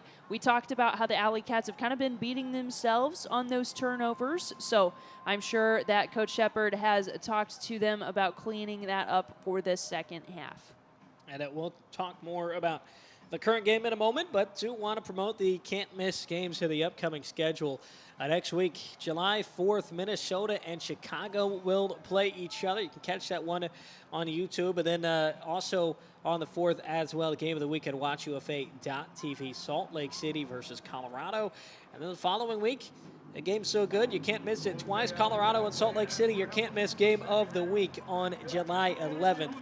Both of those opening poll is at 9 p.m. Eastern. For the one between Minnesota and Chicago on July 4th, that opening poll is 5 p.m. Eastern. And if you want to tune into that on WatchUFA.tv. So, Kelsey, once again, bringing it back to this game as we get ready for the second half of play. AlleyCats are going to get the opening poll, so we're going to see their O-line. What are you hoping to see out of Indianapolis on this very first possession? AlleyCats need to clean up that offense, okay? We've talked about some of the possessions. They've just tried to force things that aren't there. AlleyCats really just need to play within themselves here, play their game, hit the first open cut, don't try to force anything, don't beat themselves on silly execution errors. And still something to play for today. If the Radicals win, they clinch a playoff spot.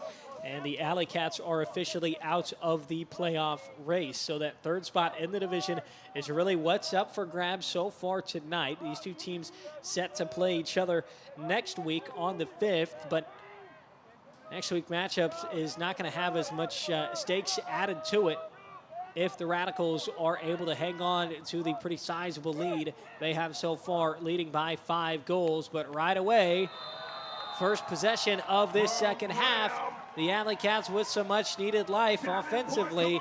It took just 40 seconds there, Kelsey, for them to punch one in the end zone.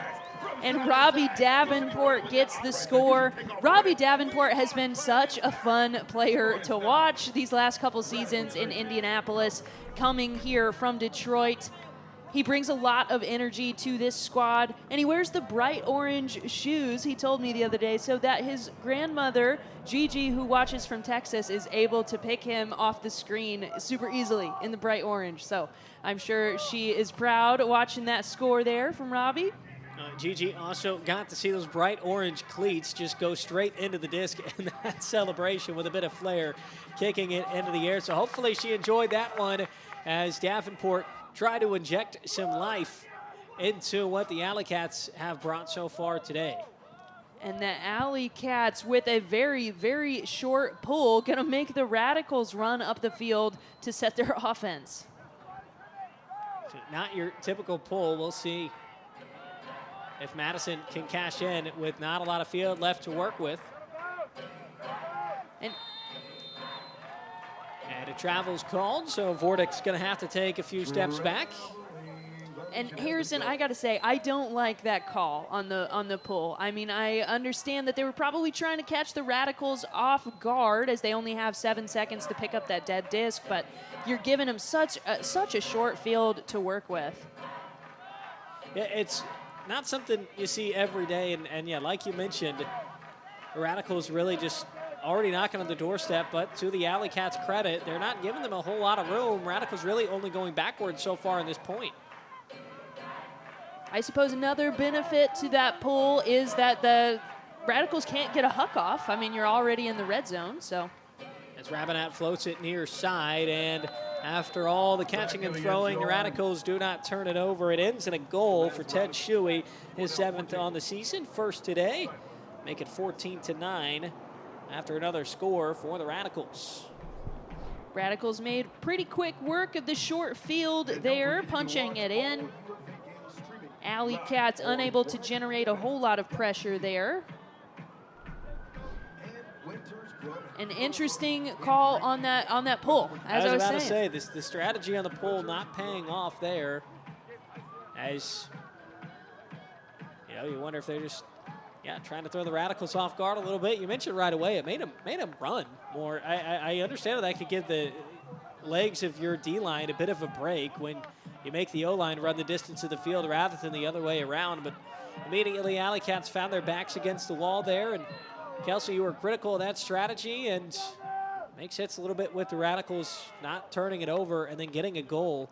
But down by 5, AlleyCats just trying to find ways to stay alive in this game as a low forehand is hung on to by Heiser.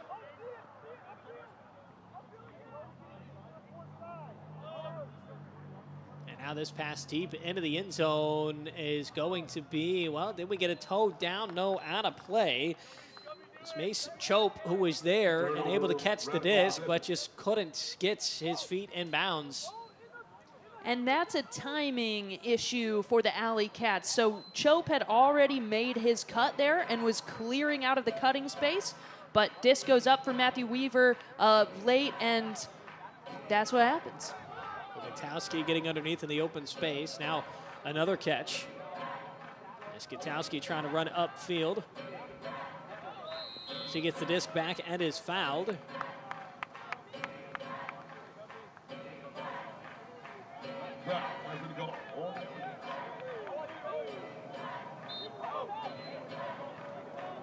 Gutowski throws out to the far sideline. Cade White works it ahead off the good cut from McCarthy. Another whistle will stop play. And it is a timeout that is called from Jacob Spyro, the head coach of the Radicals, as he wants to talk things over and maybe draw something up here. Kelsey, what are you expecting is going to be discussed here in the huddle? You think we'll see some player changes on who is out there? Yeah, I don't think we're going to see much of a huddle at all. I think we're just full send changing to the O-line here as they look to extend their lead by 6, which would be the largest for the evening. So setting up in a vert stack here. Let's look for a play. And Max Sample, one of the players who immediately came out. Gutowski, leading goal scorer, is already out there, but Sample, we mentioned a couple times on this broadcast, tallest player on the field. It's not very close. You see him at the top of that vert stack. This is very much an O-line out there now for the Radicals. And just like that, some tic-tac-toe passing, and Eric Sjostrom gets the goal to finish off the point. 15-9. You mentioned it, Kelsey. It's now the largest lead we've seen so far today. And fantastic offensive flow there from the Radicals. Never unfazed in that vert stack offense. Always hitting the first open cut. Plenty of field to work with there, so Radicals with their biggest lead of the night, and they're all smiles over there. Kai Marcus with the assist. So Marcus, who's been great throwing the disc for his duration in the UFA, and it is Sjostrom getting just his 3rd goal on the season. So the timeout pays off for Jacob Spyro as the Radicals are trying to finish off the AlleyCats here early in this second half, as they've got quite the uphill battle to get back into this one, trailing by 6.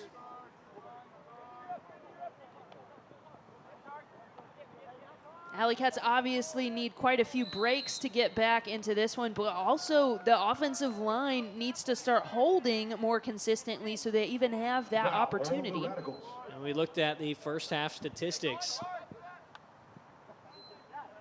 The hold numbers not great for Indianapolis. This is a team that has had their fair bit of growing pains this season with some roster turnover from last year to this year. They've lost 3 straight, trying to avoid a 4-game losing skid. And that O-line conversion percentage for Indianapolis tonight is only at 23%, or 26% rather. Not a good stat. Need to clean that one up if you're Indianapolis. Meanwhile, on the other side, their D-line conversion percentage is at 75%. So their D-line offense is working a lot better than their O-line offense thus far. And what both teams have been able to do defensively today has been fun to watch. And that is a goal for the AlleyCats. Jack Gall on the other end of that huck. AlleyCats not a team that have had a lot of hucks this season. They're toward the bottom of the league and how many they've attempted. Their huck percentage not super high up there either, but that time it pays off there as the AlleyCats cut it back down to 5. Radicals still with 15 on the scoreboard though. 8:21 left to play in the 3rd. And Jack Gall is just such a fast player. He is always one of the fastest players on the field at any given moment. And you can tell the separation he gets from his defender there. Not even on the screen.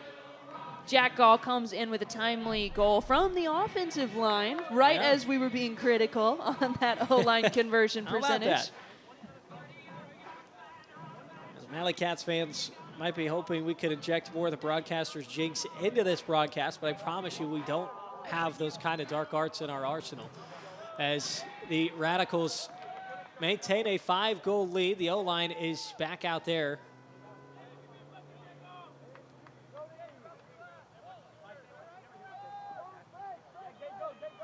Di Lorenzo floats it forward. Marcus, he's got to love that no mark, and he can just heave it downfield. And what a response. We've had some highlights on that left end zone, Kelsey, and another one there. Gabe Vordick getting his 3rd goal today, and some pretty impressive acrobatics to go with it. A round of applause to him, and that is one way to finish off a goal. Hey, the Radicals really came prepared with their celebrations today. Got to hand it to them. And this pass from Kai Marcus is absolutely beautiful, perfectly placed. You can't ask for a better throw than that, where only Vordick could get to it. And Marcus with his 5th assist of the evening. And another look at, I'm going to need Simone Biles to explain to me exactly what you'd call that kind of flip, but I think one word could sum it up as impressive. There's some real athletes out here on the field, and it shows in the celebration there as well, to go with the full field sprint that we have seen now from both teams to finish off some hucks on that side of the field. The O-line back out there for the AlleyCats. We'll see if they can get into a bit of a groove here after they got a point in their last time out. The huck was sent deep into the end zone, so AlleyCats will have to dig themselves out of some trouble here. We are in Callahan territory. If the Radicals can keep them pinned. And just about a Callahan there, right on cue. That would run counter to my argument that we do not actually have influence of the broadcaster's jinx, is how it swung around further, and the AlleyCats getting some more breathing room away from their own goal line. I worried about the AlleyCats when I said the word Callahan, just because of the jinxing that happened earlier. Nearly spoke it into existence as Hoppy just tiptoeing along the sideline, moves it further forward, and nearly a catch. And was it the AlleyCats who got a hand on it first, or was it stripped out of the hands of Tanner Graham? It looks like that's going to be what the official says. It was Luke Marks fantastic defensively, thought he had a D. Official says otherwise. The AlleyCats agree with the call.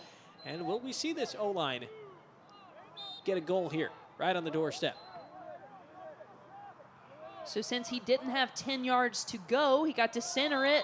And, hey, more acrobatics, Harrison. Yeah, the backwards jump from Tanner Graham and just knowing right where the goal line was and to get his toes beyond it.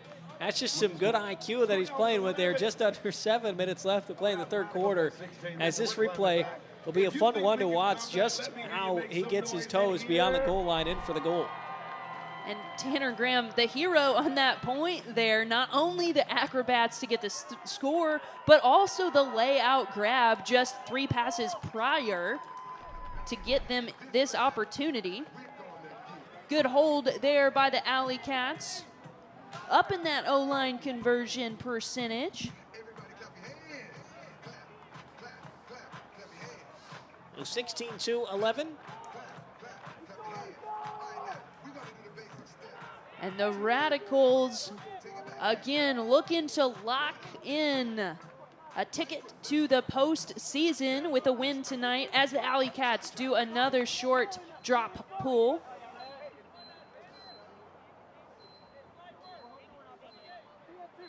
Last time around, the Radicals were able to score off of this shorter pull. They kind of had to work backwards a little bit in the point, but ultimately their patience paid off. We'll see if some more of that happens here. And was that too high in the stall count there? Looks like we've got a stall call, and the AlleyCats have a break opportunity. So despite our criticisms of that strategy, Kelsey, look at what the AlleyCats are able to do here. You've got Ingham wide open along the goal line after the short pull, and it winds up paying off. A bit of a bobble there, but Jack Gall gets his 3rd goal of the day, and the AlleyCats force the stall and cash in on that turnover and get themselves a break point. There's some good energy on this near sideline. Hey, I gotta love the hustle on defense there from the AlleyCats, covering up all the cutters and now making quick work on offense. Jack Gall looked like he was gonna lose it there for a second, but he gets it off the bobble, and the AlleyCats get a break back. Jack Gall, it's his 3rd year here in Indianapolis. As he's got 3 goals today, 9 on the season. 6:29 left to play here in the 3rd quarter. Now, keep an eye on what the AlleyCats are going to do on the pull here. We're going to see the same strategy. It is another short pull. Mace Chope will mark, and immediately this time the Radicals sniff out any potential dangers. 1 throw, 1 goal, and Madison answers right back 17-12. So the house was rocking there for just a little bit, Kelsey, but quickly Madison's able to quiet the crowd as they've been able to do all night. Yeah, quick work there from the Radicals. Looked like it was a miscommunication on defense. I saw Joey Carey calling for somebody else to pick up that cutter downfield. Didn't happen, so Radicals take advantage. 1 throw is all they needed. And that's the downside of the short pull.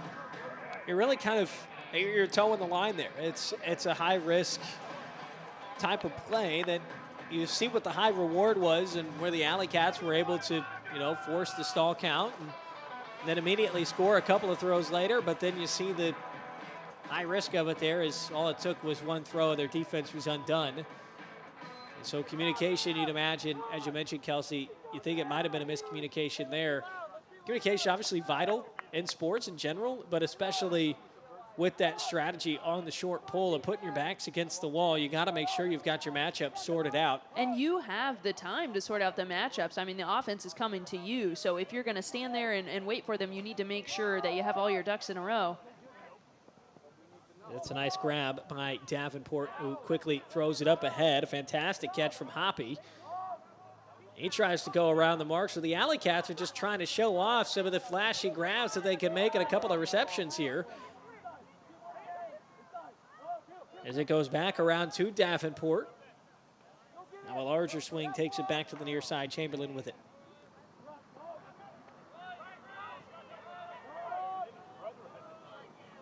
Gudeman able to keep his feet in play. Now he's facing a double team. And he's able to get out of it with a short little hammer throw. Now a little bit of give and go action. It's another solid possession here from this O-line. Can they finish it off? And when the AlleyCats play their style, this quick, dishy, hit the first open look style, we see how well it works out for them. Now Wartenberg. Got Davenport calling for it in the back of the end zone. Chamberlain scoots it ahead. Now Ben Landry.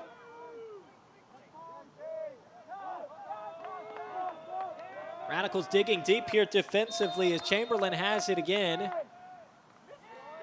Now whistle stops play, and it's a call against Madison. So Indianapolis going to walk it forward here.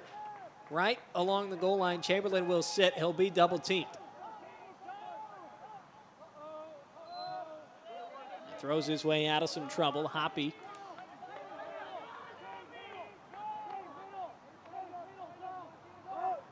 And now, after a lengthy spell of throws around the goal line, the patience pays off for the AlleyCats.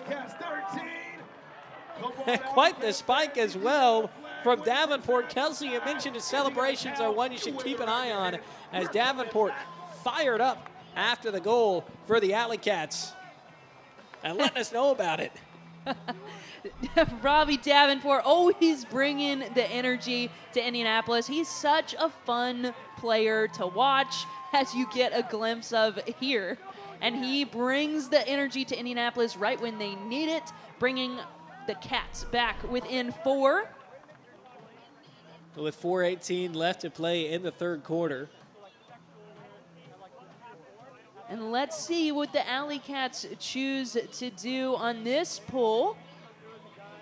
If they'll give the Radicals a short field or not. Kai Marcus is set up on the line, ready to sprint for the short one, and that's exactly what happens. AlleyCats digging in with this short pull strategy. It was from right here where they were undone with one throw the last time around. This time, matchups are set defensively. Marcus, very dangerous with the disc in his hands. He's got a float of 50-51 out of the swing. It's going to be hung on to by Madison. Shuey was there to snatch it out of the air as Sjostrom has it now. And now this is a turnover. Ranabat had his pass deflected and down into the dirt. Betch heaving one downfield, still up in the air, but unable to go the AlleyCats' way. There's good presence defensively there from the Radicals. Now they're well back in their end of the field. Not a place they've been much this half with that short pull strategy. Alexander throws that one into the grass. Cats with another break opportunity. Let's see if they can establish that offensive rhythm here instead of forcing something downfield this time. Now Jack Gall. AlleyCats looking for a break point. Trailing by 4. Fantastic catch there to keep possession with the home team. Now Pappas over to the near side. Sam Ingham just floats one over the head of Havey. Ingham's having a great rookie season, but not the best pass there. Sjostrom rotates it back around to the middle of the field. Sample looking toward the end zone. And the Radicals able to finish off that point. Nico Ranabat had a turnover earlier in the point, but finishes it off with a goal. 18-13.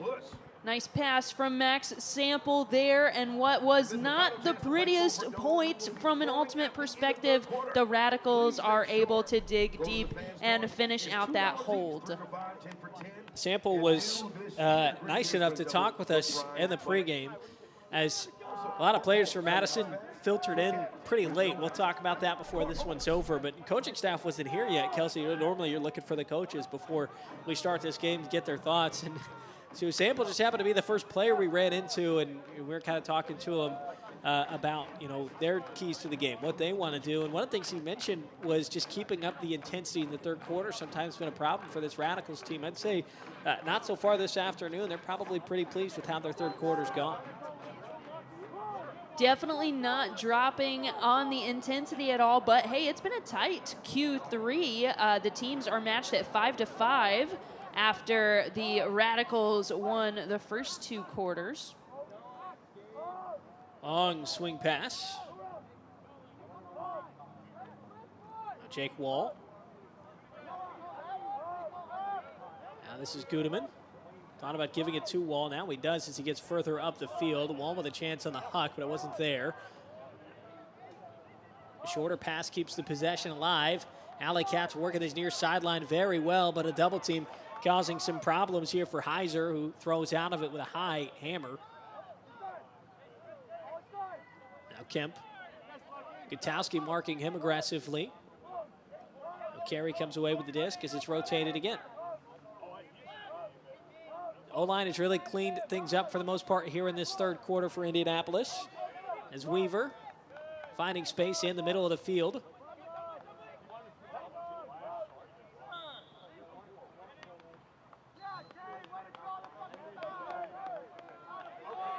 Looks like we might have a travel call. Cats are walking it backwards a bit. And Joey Carey looked like might have took an extra step after securing the disc. A minute and 24 seconds left here in this third quarter. Double team coming from Madison, so it goes right back to Carey.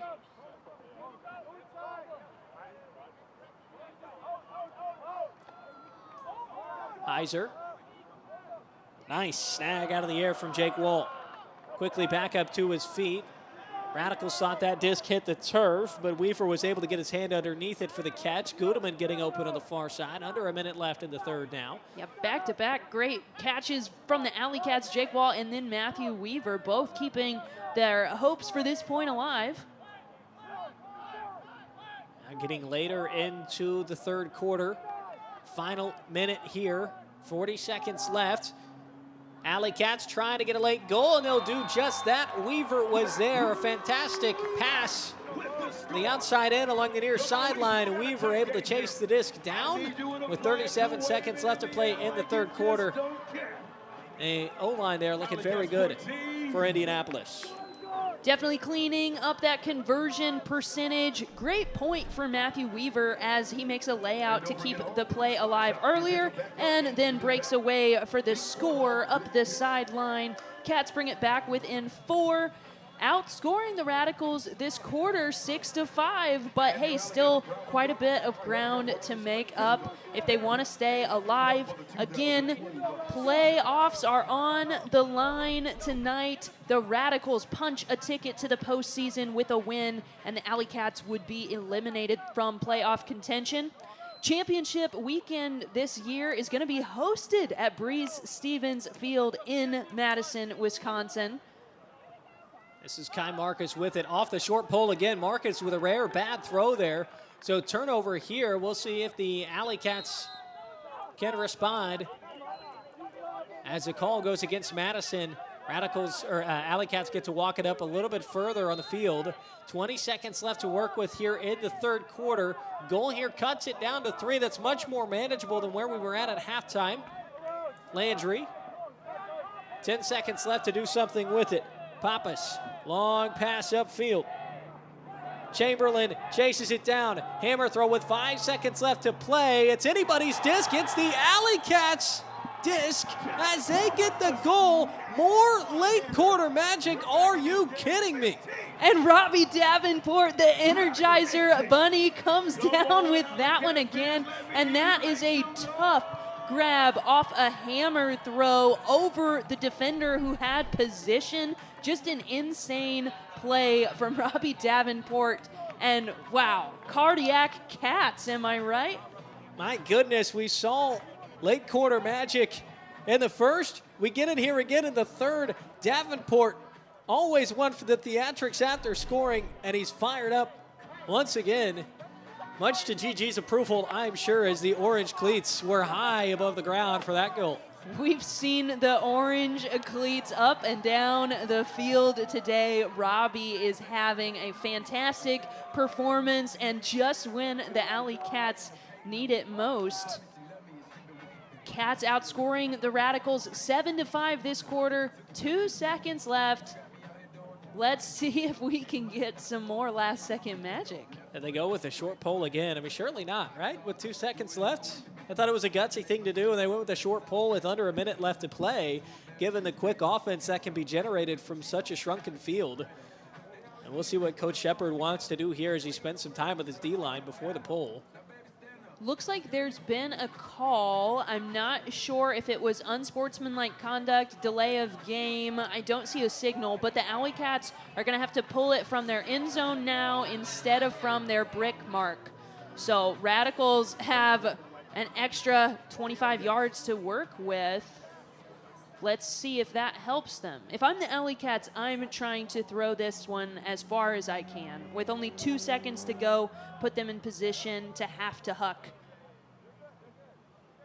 But we'll see what they choose. Wind not really too much of a factor today. It's mostly the heat. So you should have the freedom to just launch this one. The AlleyCats do exactly that. It goes deep into the Radicals' end zone. Clock starts and then expires. Radicals don't even get a chance on a late second huck. And they go into the fourth quarter down by 3. Plenty of momentum to go with it. We've seen him come back down by 3 at various times during this game, and it's that man right there, Robbie Davenport, trying to inspire some momentum and slow down the Radicals. We'll see if they can do it. Fourth quarter coming up next.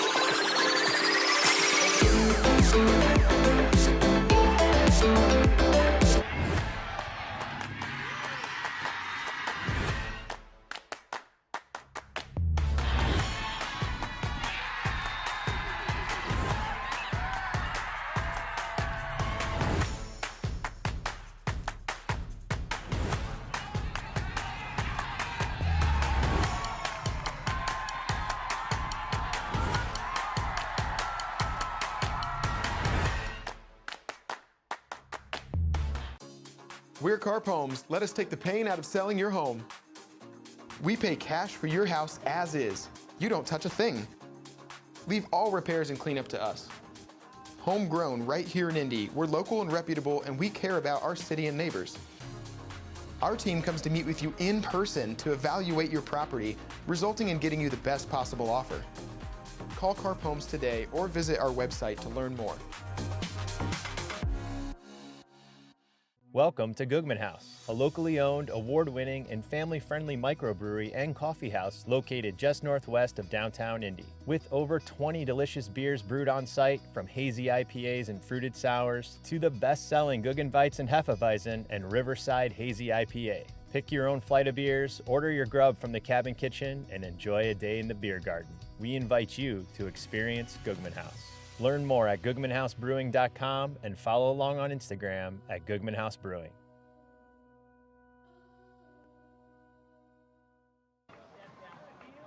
Just about ready for the fourth quarter of play. Robbie Davenport just trying to inject some life into the veins of the AlleyCats, who have trailed big time at various moments in this game, but find themselves down by just 3. It's much more manageable. We've seen it up to 5 as far as the lead goes for Madison. The Radicals win today. They are in the playoffs. If they lose, AlleyCats' hopes for the playoffs stay alive.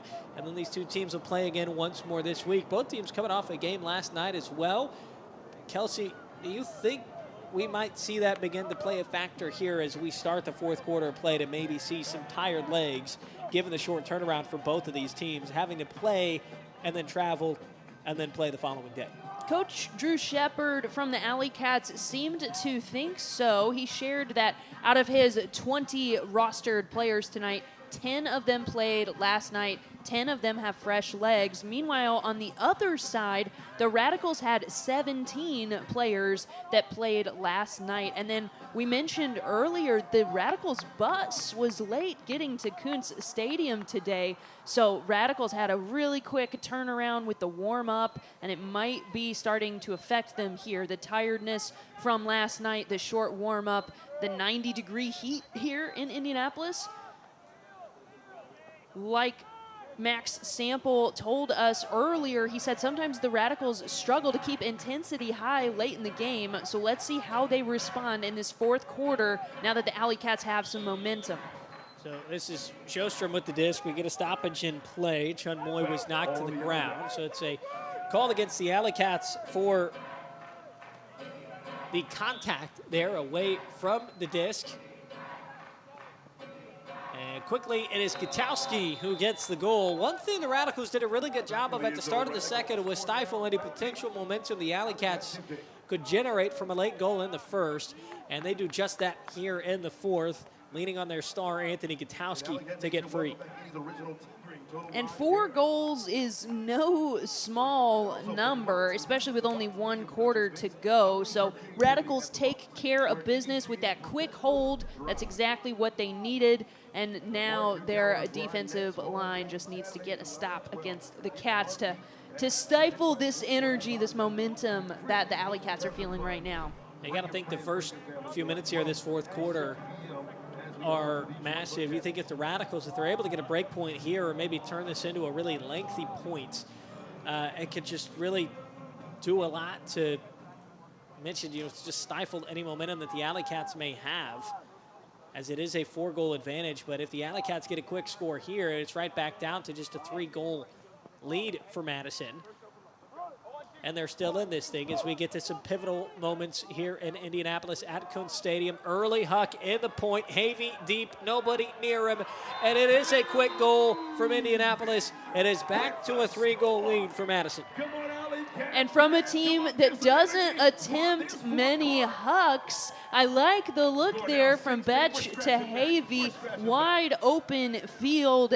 Havey, super fast player, hard to defend, and he brings it in for a quick score.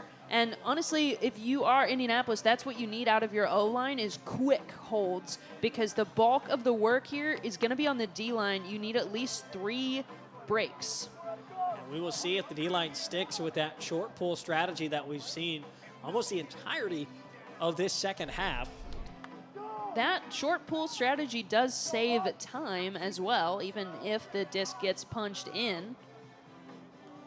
And a little bit of a fake out there from Chope as he just launches this one downfield. It looked like, well, hang on, did he maybe catch some early movement from the Radicals? There seems to be some clapping. Looks like we might have an offsides call. So it's really interesting. Mace Chope kind of did a fake out. It looked like he was about to drop the disc, and then he launched it downfield. And then that's when the whistles and then applause from the AlleyCats followed. Radicals were most likely anticipating that short pull on the fake out, so ready to do a full-on sprint off the line. Caught him offsides, though. So all 3 referees having a discussion, and it looks like we're going to pull again. So back to square one with 11:13 left to play here in the fourth.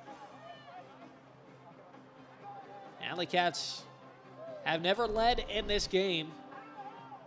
You could bet they would love to lead here, find their first lead of the game in the fourth, and we'll see if they do wind up going with the short pull after all the complications of what happened originally.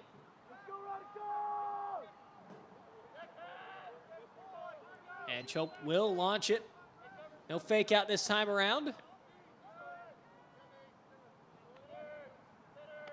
Gutowski. Shuey.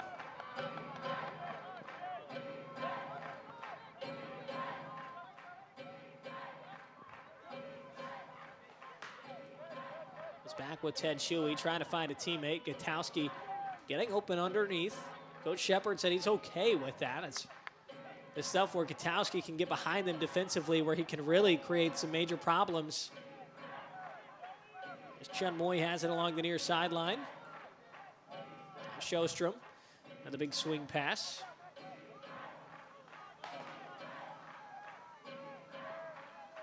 Sjostrom been a very active handler for the Radicals all day today. Does have a goal to show for his efforts. One of the AlleyCats' keys to the game was to stay tight on defense, and they are doing maybe the best they've done so far on this point. Very intense defense from the AlleyCats. Tight windows for Madison. Inching closer to the goal line now are the Radicals. Gutowski gets free, and that is a goal. So Madison finding a response once again. They're up to 20 goals on the afternoon with that lead climbing back up to 4. Just under 10 minutes left to play. And for Madison, I imagine that's exactly what you want if you're head coach Jacob Spyro. They get the goal, but it was a patient possession as well, able to bleed a little bit of time off that clock. Almost 2 minutes off the clock on that one, which votes well for the Radicals, trying to lock in their ticket to the postseason tonight. And again, championship weekend is going to be played at their home stadium, Breese Stevens Field in Madison, Wisconsin. Got to imagine this team would just love that opportunity, not only to punch their ticket into the postseason, but maybe go on one of those magical underdog runs that sports loves to provide its fans at times.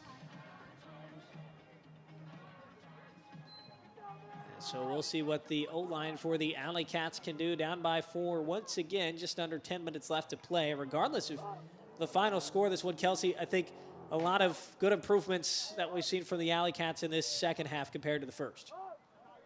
AlleyCats definitely starting to play more of their game. Their offense has looked quite a bit crisper. They haven't been making so many mistakes that are beating themselves, making the Radicals contest the disc rather than just throwing it away or making poor decisions. I like what I'm seeing from Indianapolis.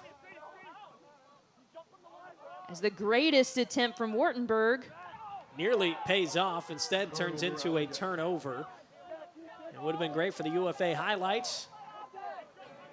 And could never give up attitude on the play, but the AlleyCats now, their O-line's going to have to force a turnover if they want a goal out of this possession. Big break chance for the Radicals. As Pollock floats one into the goal line, and that is a score for Madison. Followed up after that one is Mitchell McCarthy.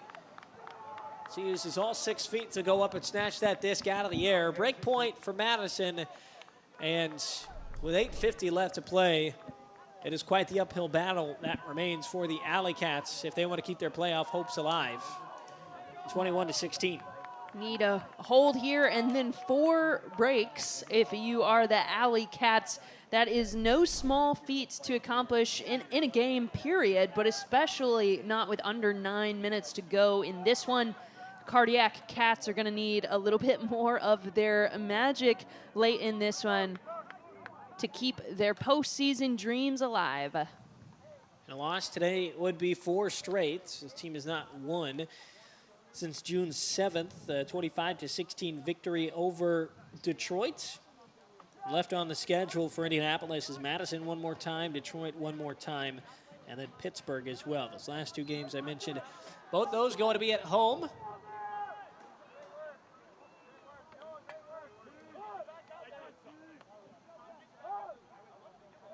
You got to imagine if you're Madison tonight, Kelsey, you get the win. It's got to be an advantage. They can breathe a little bit more easy late in this season, knowing they've already got a playoff spot locked up. It would feel good to have a spot locked up with 4 weeks to go. Oh, is that AlleyCats' turn there? Yeah, it was Gall who tried to lay out and catch that swing pass, and now Madison turns it right back over. It's a fortunate break there for Indianapolis. Yeah, if you're the Cats, you cannot afford to get broken twice in a row. That would all but seal the deal late in this one. So Cats desperately need a hold here. And too much heat on that pass from Woodward as it goes in and out of the hands of Pappas, and the Radicals respond right away, make it 22-16.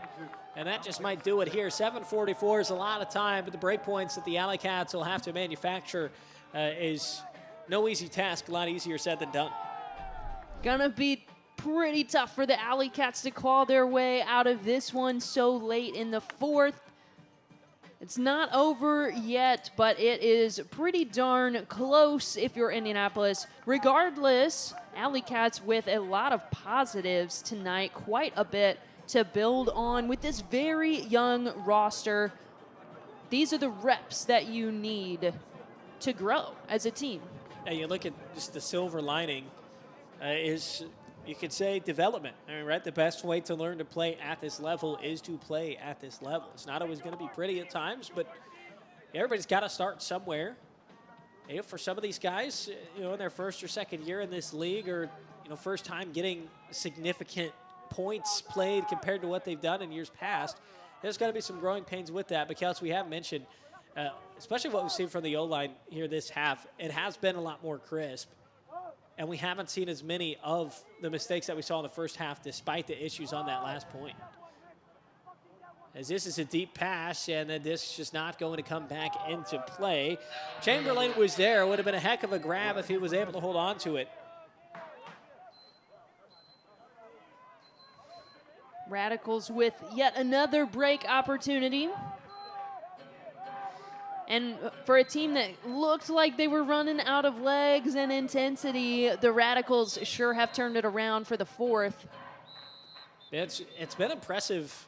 Mentioned how both these teams played yesterday. AlleyCats were on the road, and the Radicals, they were at home against Detroit, but then you got to turn around. You got to play a game the very next day, and then the travel that's associated with that. We were looking around with half an hour to opening poll, and we're like, well, I count 7 Radicals down on the field.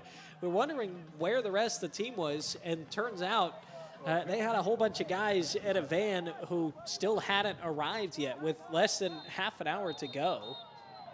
And so there was a big question mark in the pregame of how was Madison going to be able to come out and respond after playing yesterday and getting here so late. Heat has been a major factor in various places around the country this week, including here in Indianapolis, where we've had a 90-degree day. So it was an abbreviated warm-up. The game started a little bit later to give Madison a little bit more time to get their legs ready to play. But Kelsey, I'd say it definitely has been impressive for the Radicals to put on this performance as Indianapolis gets a goal there from Mace Chope. It's 5th on the year. So that cuts into the lead and makes it 22-17.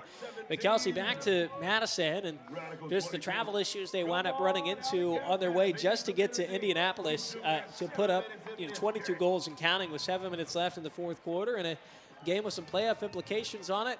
It's been impressive to see them get out there with that abbreviated warm-up and put on the performance they have today. When we asked head coach Jacob Spyro for his first thoughts when he got to the field, he said, well, let's see how we handle adversity. And I would say that they are handling it quite well as we get a look at that slam dunk celebration from Mace Chope. But the Radicals, despite playing last night against Detroit, despite the travel issues today, they're taking care of business thus far, up 5 here in Indianapolis. So Chope, that is the 3rd different game he's scored a goal in this season.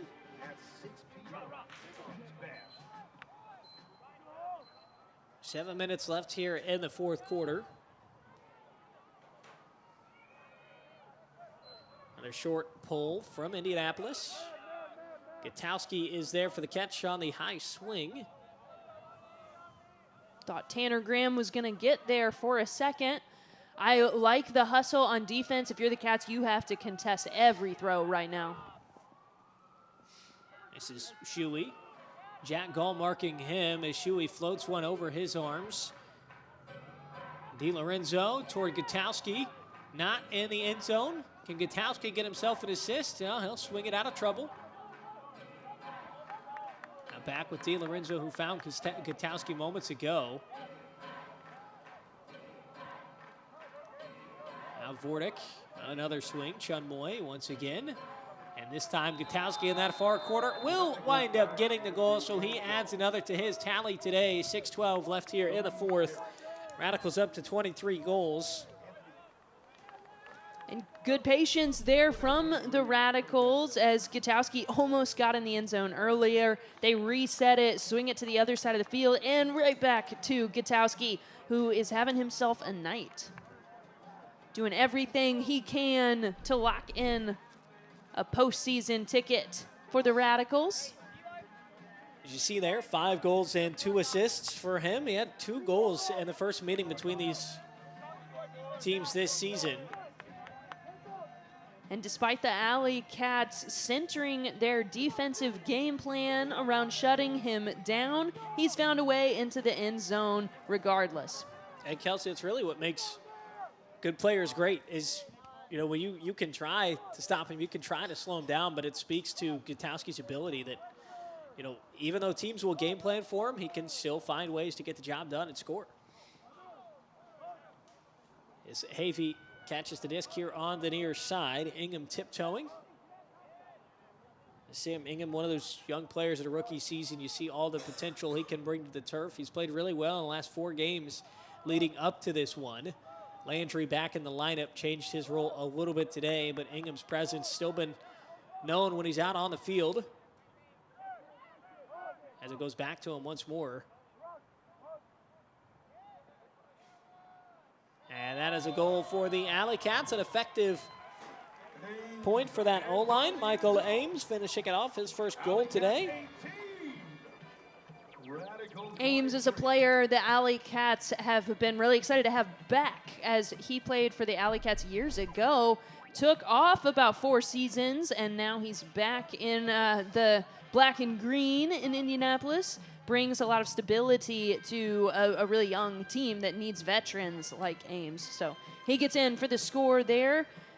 And the AlleyCats have about 5.5 minutes to get 5 breaks. And you've got the Star Wars music coming out of the PA as well. It's Star Wars night, so you have to enjoy that. Indianapolis does a great job with the fan experience here. Every home game has been themed thus far. Star Wars night brings me back to my childhood. I mean, it's got to. I mean, how many generations now have some sort of version of Star Wars that brings them back to their childhood? As they just keep finding ways to churn out more movies. But I'm going to watch them all, even if I do complain about it. I just love Star Wars that much. And that's why it's Star Wars night here in Indianapolis, because there's a lot of people out there like us where it takes them back. As the Radicals are being taken back now because a call against them is Kai Marcus, is I believe who is handling the disc at the moment. 5 minutes left to play here in the 4th quarter.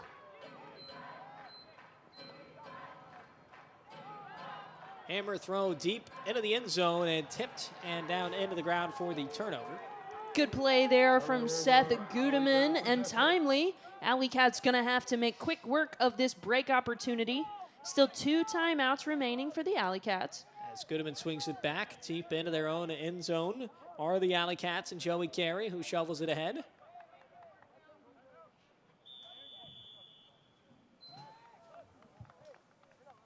And a whistle and a timeout.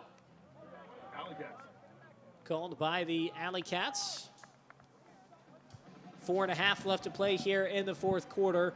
AlleyCats deep in some trouble here on this point. Kelsey, in their own end zone, as you called it earlier, Callahan territory. As you imagine, Drew Shepard just wanting to make sure they get out of this without any serious harm done to the scoreboard. I like this timeout call here, and I like some substitutions. Get your most efficient O-line out on the field. Get the guys that are performing the best tonight as we get a look at who's going to be taking the field right now. See Robbie Davenport and the orange cleats. And we're going to get a chance to catch up with Robbie after the game. We'll see if we can get some more energy from him before this one ends. You don't want to take your eyes off whatever screen you're watching on after Davenport scores. And we hope our camera lens is okay when he, really got in its face earlier, celebrating after a score. 4.5 left in the 4th. Out of this timeout, Davenport's going to jog out to the far side of the field. Disc is in the AlleyCats' own end zone. Gudeman currently headed that way, as Pierre Robert Another player who's come out with some strong celebrations today is on the mark.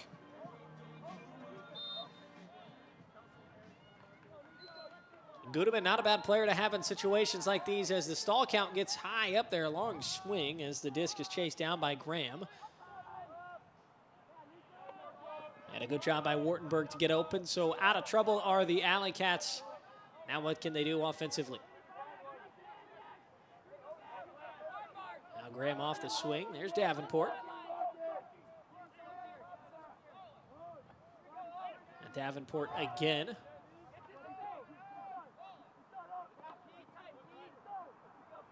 Cats doing a good job working it up the field. Time is not on their side, though. Need to be really efficient here. Good catch from Chamberlain. Good read on the disc as well. Contact coming from Noah Pollock. And all good, agree both players. So right back to where the catch was made. Goodeman.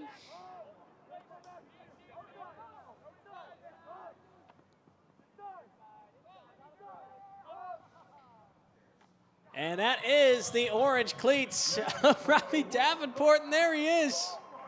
Robbie Davenport with his 4th tonight and bringing the energy as always. Another timely break. And hey, you called it. He got right back in the cameraman's face again. Say, no camera is safe if you're in that end zone after Davenport scores, because he's going to find a way to get there. As you look at the turnover that started this score for Indianapolis, and then there it is, the orange cleats high in the air as he slides to the ground. The spike of the disc as well, as you get to see a bit of everything when Davenport finds his way onto the highlight reel. 3.5 left to play in the 4th. AlleyCats down by 4.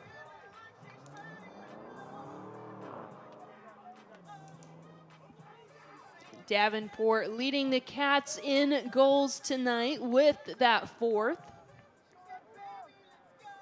And it looks like we're going to do another short pull, and we are, so the Radicals have to sprint up the field.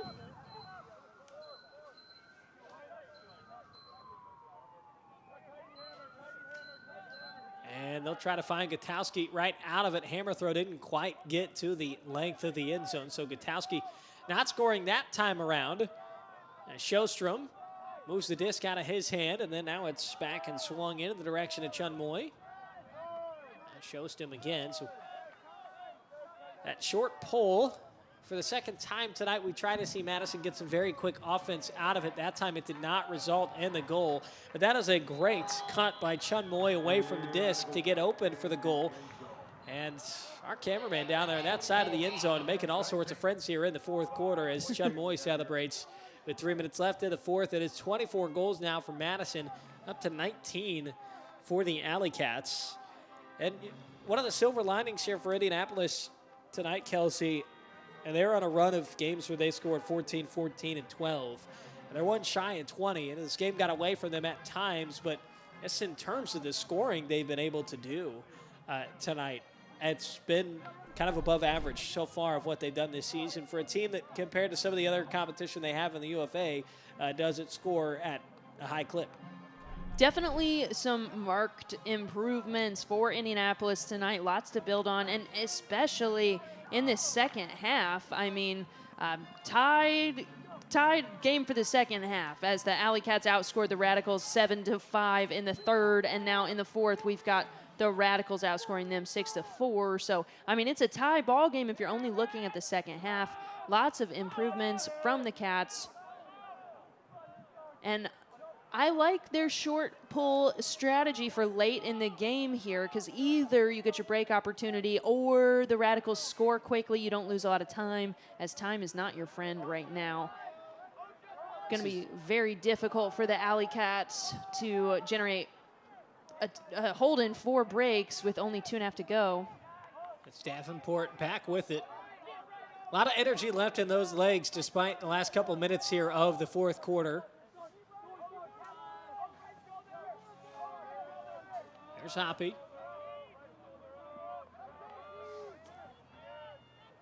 As Chamberlain throws it ahead. Graham A quick movement here. Davenport in there once more. It's now in the hands of Gudeman. He goes back to Davenport. Landry, deep hammer. Is there too much on it? Yeah, it's out of play. The AlleyCats unable to capitalize on some very good movement of the disc to get them to the goal line. 1:50 left here in the fourth quarter. Madison's going to be a no rush.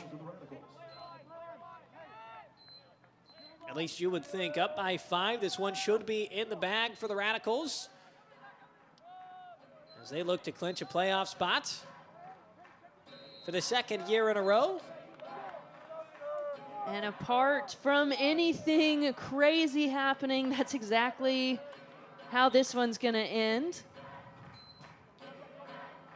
The Radicals have been trying to climb back toward the success they had found in their early days, as we've got an injury here, unfortunately, in the late minutes. Jake Carrico, who immediately called for injury after he caught the disc. So 90 seconds left to play. Madison had made the playoffs last year.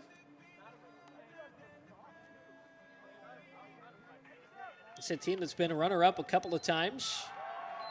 And Seth Gudeman with the D right off that reset, but the Radicals get it right back. That was good hands there. Good heads up from Pierre and Robert to just get in and knock that disc to the turf after the crowd had rose to its feet after the D from Gudeman. I mentioned the Radicals last year. They got back into the playoffs for the first time since they were runner-ups in 2015. Now they're trying to build on that second year in a row in the playoffs as they've got 60 seconds left until it's official. As a whistle stops play, a timeout is called as Jacob Spyro wants to talk things out about this just a little bit longer. And if I'm the Radicals, I'm certainly not in any kind of hurry on this possession with only 56 seconds until you officially punch a ticket to the postseason. So if I'm the Radicals, not necessarily trying to punch it in quickly, but hey, I mean, it's all right if it happens. And for the AlleyCats, I mean, lots of positives that we've seen this game. Honestly, maybe the brightest game that we've seen so far from such a young squad, given that the Radicals are harder competition than some of the other teams in the Central Division. So for the AlleyCats to be in this game late, it really shows a lot of improvement and stellar second half from the AlleyCats. And if you just want a box score watch, and you look at the last game that they played against Madison, it was a 22-11 loss. Today they've been much more competitive, and you know, a lot of times in sports you question when a young team gets down early. And you mentioned that's happened this season. They've had a game where they were down 17-2 at the half. The AlleyCats were multiple times they went down by 3 in the first quarter, and they were able to scrap and claw their way back. And this game never really got too out of hand. It just became a case of Madison holding on to their lead, likely leaning on a lot of that good experience that they have, and then also just running out of time on the clock. As you see, Radicals are in no rush here with 30 seconds left, but I think to your point, Kelsey, there are a lot of good things that the AlleyCats can look at as far as just developing as a team in this league. And, you know, there's a reason why Madison is a playoff team, and this is good experience against a team that's going to be competing for something in the postseason.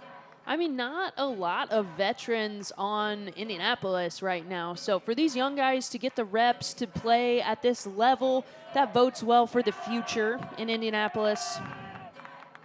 It does bode well for the future, but in the present, it is the Radicals who are celebrating as they come on the road on the second day of a back-to-back and punch their ticket to the playoffs, still with 3 games remaining on their schedule, including another matchup against the AlleyCats next week.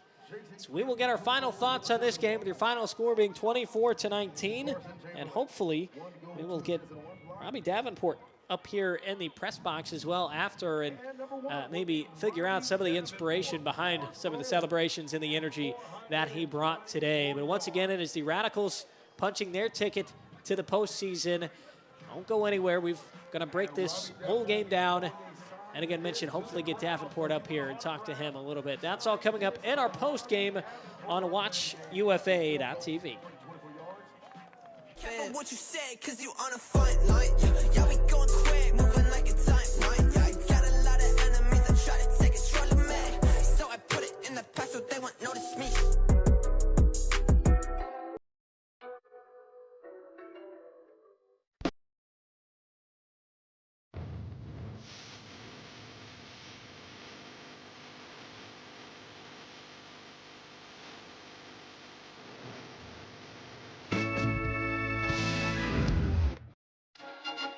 Bench has a step downfield. And he'll go for the assist as well. From one layout to another, the AlleyCats find a way to get it done. High-powered point there. Going for Havey. Havey's able to get there. On Betch dives and he got it. Oh my goodness, Nicholas Betch.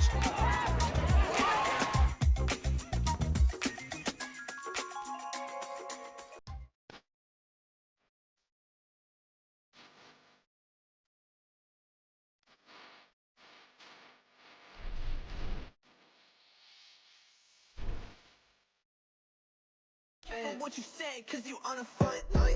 Yeah, we going quick, moving like a timeline. Yeah, got a lot of enemies that try to take control of me. So I put it in the past so they won't notice me. And he'll go for the assist as well. Goodeman from one layout to another. Back and with a look at Kuntz Stadium as the AlleyCats lose their 4th straight. Robbie Davenport is on his way. Before he gets up here, the voice you're hearing is Harrison Silcox. I've got Kelsey Sparks with me. AlleyCats fall. The final score here today is 24-19. Radicals punching their ticket to the playoffs. Your first thoughts on just kind of how this thing went? Well, congratulations to the Madison Radicals. 2nd year in a row that they punch a ticket to the postseason. And with championship weekend hosted on their home turf, super exciting for the Radicals. They played a great game in what was really a slugfest to start. I mean, we started with 3 breaks by the Radicals, a couple breaks by the AlleyCats, 3 more by the Radicals. In this defensive thriller, the Radicals come out on top, so congratulations to them. For the AlleyCats, you mentioned there were some bright spots. The second half was much better than the first as this team continues to grow. Definitely a lot of bright spots for the AlleyCats. It's been a huge storyline this year that it's such a young team. I mean, not many veterans on the AlleyCats. So for them to get reps against a team of such high caliber as the Radicals, it really votes well for their future. So we've got Robbie Davenport joining us now up here in the press box. Welcome to the air conditioning. I'm sure you love that, playing out in the heat today. Yeah, that mic's for you. It was brutal. It was brutal? Brutally hot, yeah. But we fought hard, as you can see. It was fun, you know. I'm drenched. That's a good sign. It's a very good sign. We have enjoyed all game long just the energy that you bring after your celebrations. Yeah. And Kelsey filled me in on, GG and paying attention to your orange cleats during the game. And does she enjoy the celebrations just as much as we do? She actually is like the inspiration. Hop that mic up. She's the inspiration behind them. My grandma's got wonderful energy, and I get that from her. I got another grandma, Nana. Shout out Gigi and Nana. Love you both. And my mom, and my dad, and my sister. And that's all I got, yeah. And the fans are taking a look right now at your kick spike and some of your highlights. Wait, I haven't seen this yet. Do you practice your celebrations? No. I do practice celebrations, but not the ones I do. I black out like right as I'm about to catch it, and just anything that comes to mind. Oh, I love this one. It just happens. It just happens. Do you remember what you said to the camera, and can you say it into a microphone on the air? I think I did it twice. I think one time it was like, "This is my city. You can't come to Indy. You gotta mess with me, baby." Something like that. Okay. Something like that. All right. I kind of like, I'm in the heat of the moment. It's going so fast, and it just comes out. It's word vomit, but it's usually pretty good, I think. Well, we do appreciate you joining us. As far as it's kind of the season as a whole, not to bring the energy down too much, but obviously, your hopes of the playoff in it tonight. Madison clinches the spot, but Kelsey and I were talking about just the growth you guys have gone through this season, and you do have some fresh faces or some guys who don't have as much experience. So, what can you speak to kind of some of the growth you've seen from this team as the year's gone on? I mean, last time we played Madison, I think we got. Let's be real, we got a little blown out. It was 22-11. I think, what did we lose by this game? A few? 5. Yeah. That's better than 11. So we're growing. We're doing better. I'm most excited for Pittsburgh. We're coming for you. Yeah. Because we played them first game of the season. That was their first game, I think. And we're playing them last game of the season. So that's like, you just see that whole progression. I'm ready for Pitt. We got Detroit again, I think. Yep. Minnesota, maybe. Chicago. Who knows? You've got Madison again next week, then Detroit, then Pittsburgh. There we go. So Madison, we get to see you again. We get to see Detroit again and Pitt. We're ready. Are you worried that you just gave some bulletin board material maybe to the teams remaining on your schedule? No. I'm not worried about nothing. Well, I love to see the energy and the positivity despite the L. And congratulations on a stellar individual performance tonight. Thank you. I'll try. All right, 5 goals to show for it. Robbie Davenport, we appreciate you coming up here. Yeah, I got you down for 5 goals, man. Yeah. So, any parting words? No blocks. Defense wins games. Goals don't matter. Blocks is what matter. Okay, you heard it here. Goals don't matter. Blocks matter most. Yes. And that is Robbie Davenport. Once again, thank you for taking the time. We'll take that microphone from you. Thanks for coming up here once again. Thanks, Robbie. Let's see if they ever have me back. I know. Thank you all. All right, so that is, once again, Robbie Davenport, and really appreciated probably one of the most electric post-game interviews that you're going to find on WatchUFA.tv. So for those of you who stuck with us during the post-game, I bet you it was worth it. Kelsey, real quick, final thoughts before we close this one out. Hey, I mean, I can't say anything better than Robbie Davenport just said it. Hey, hats off to the Radicals. Congratulations on the postseason to them. And, I think lots of positive things to look forward to here in Indianapolis. And once again, that is Kelsey Sparks. I'm Harrison Silcox. We thank those of you who have joined us tonight. Final score, Madison over Indianapolis, 24-19. The Radicals clinching a playoff spot.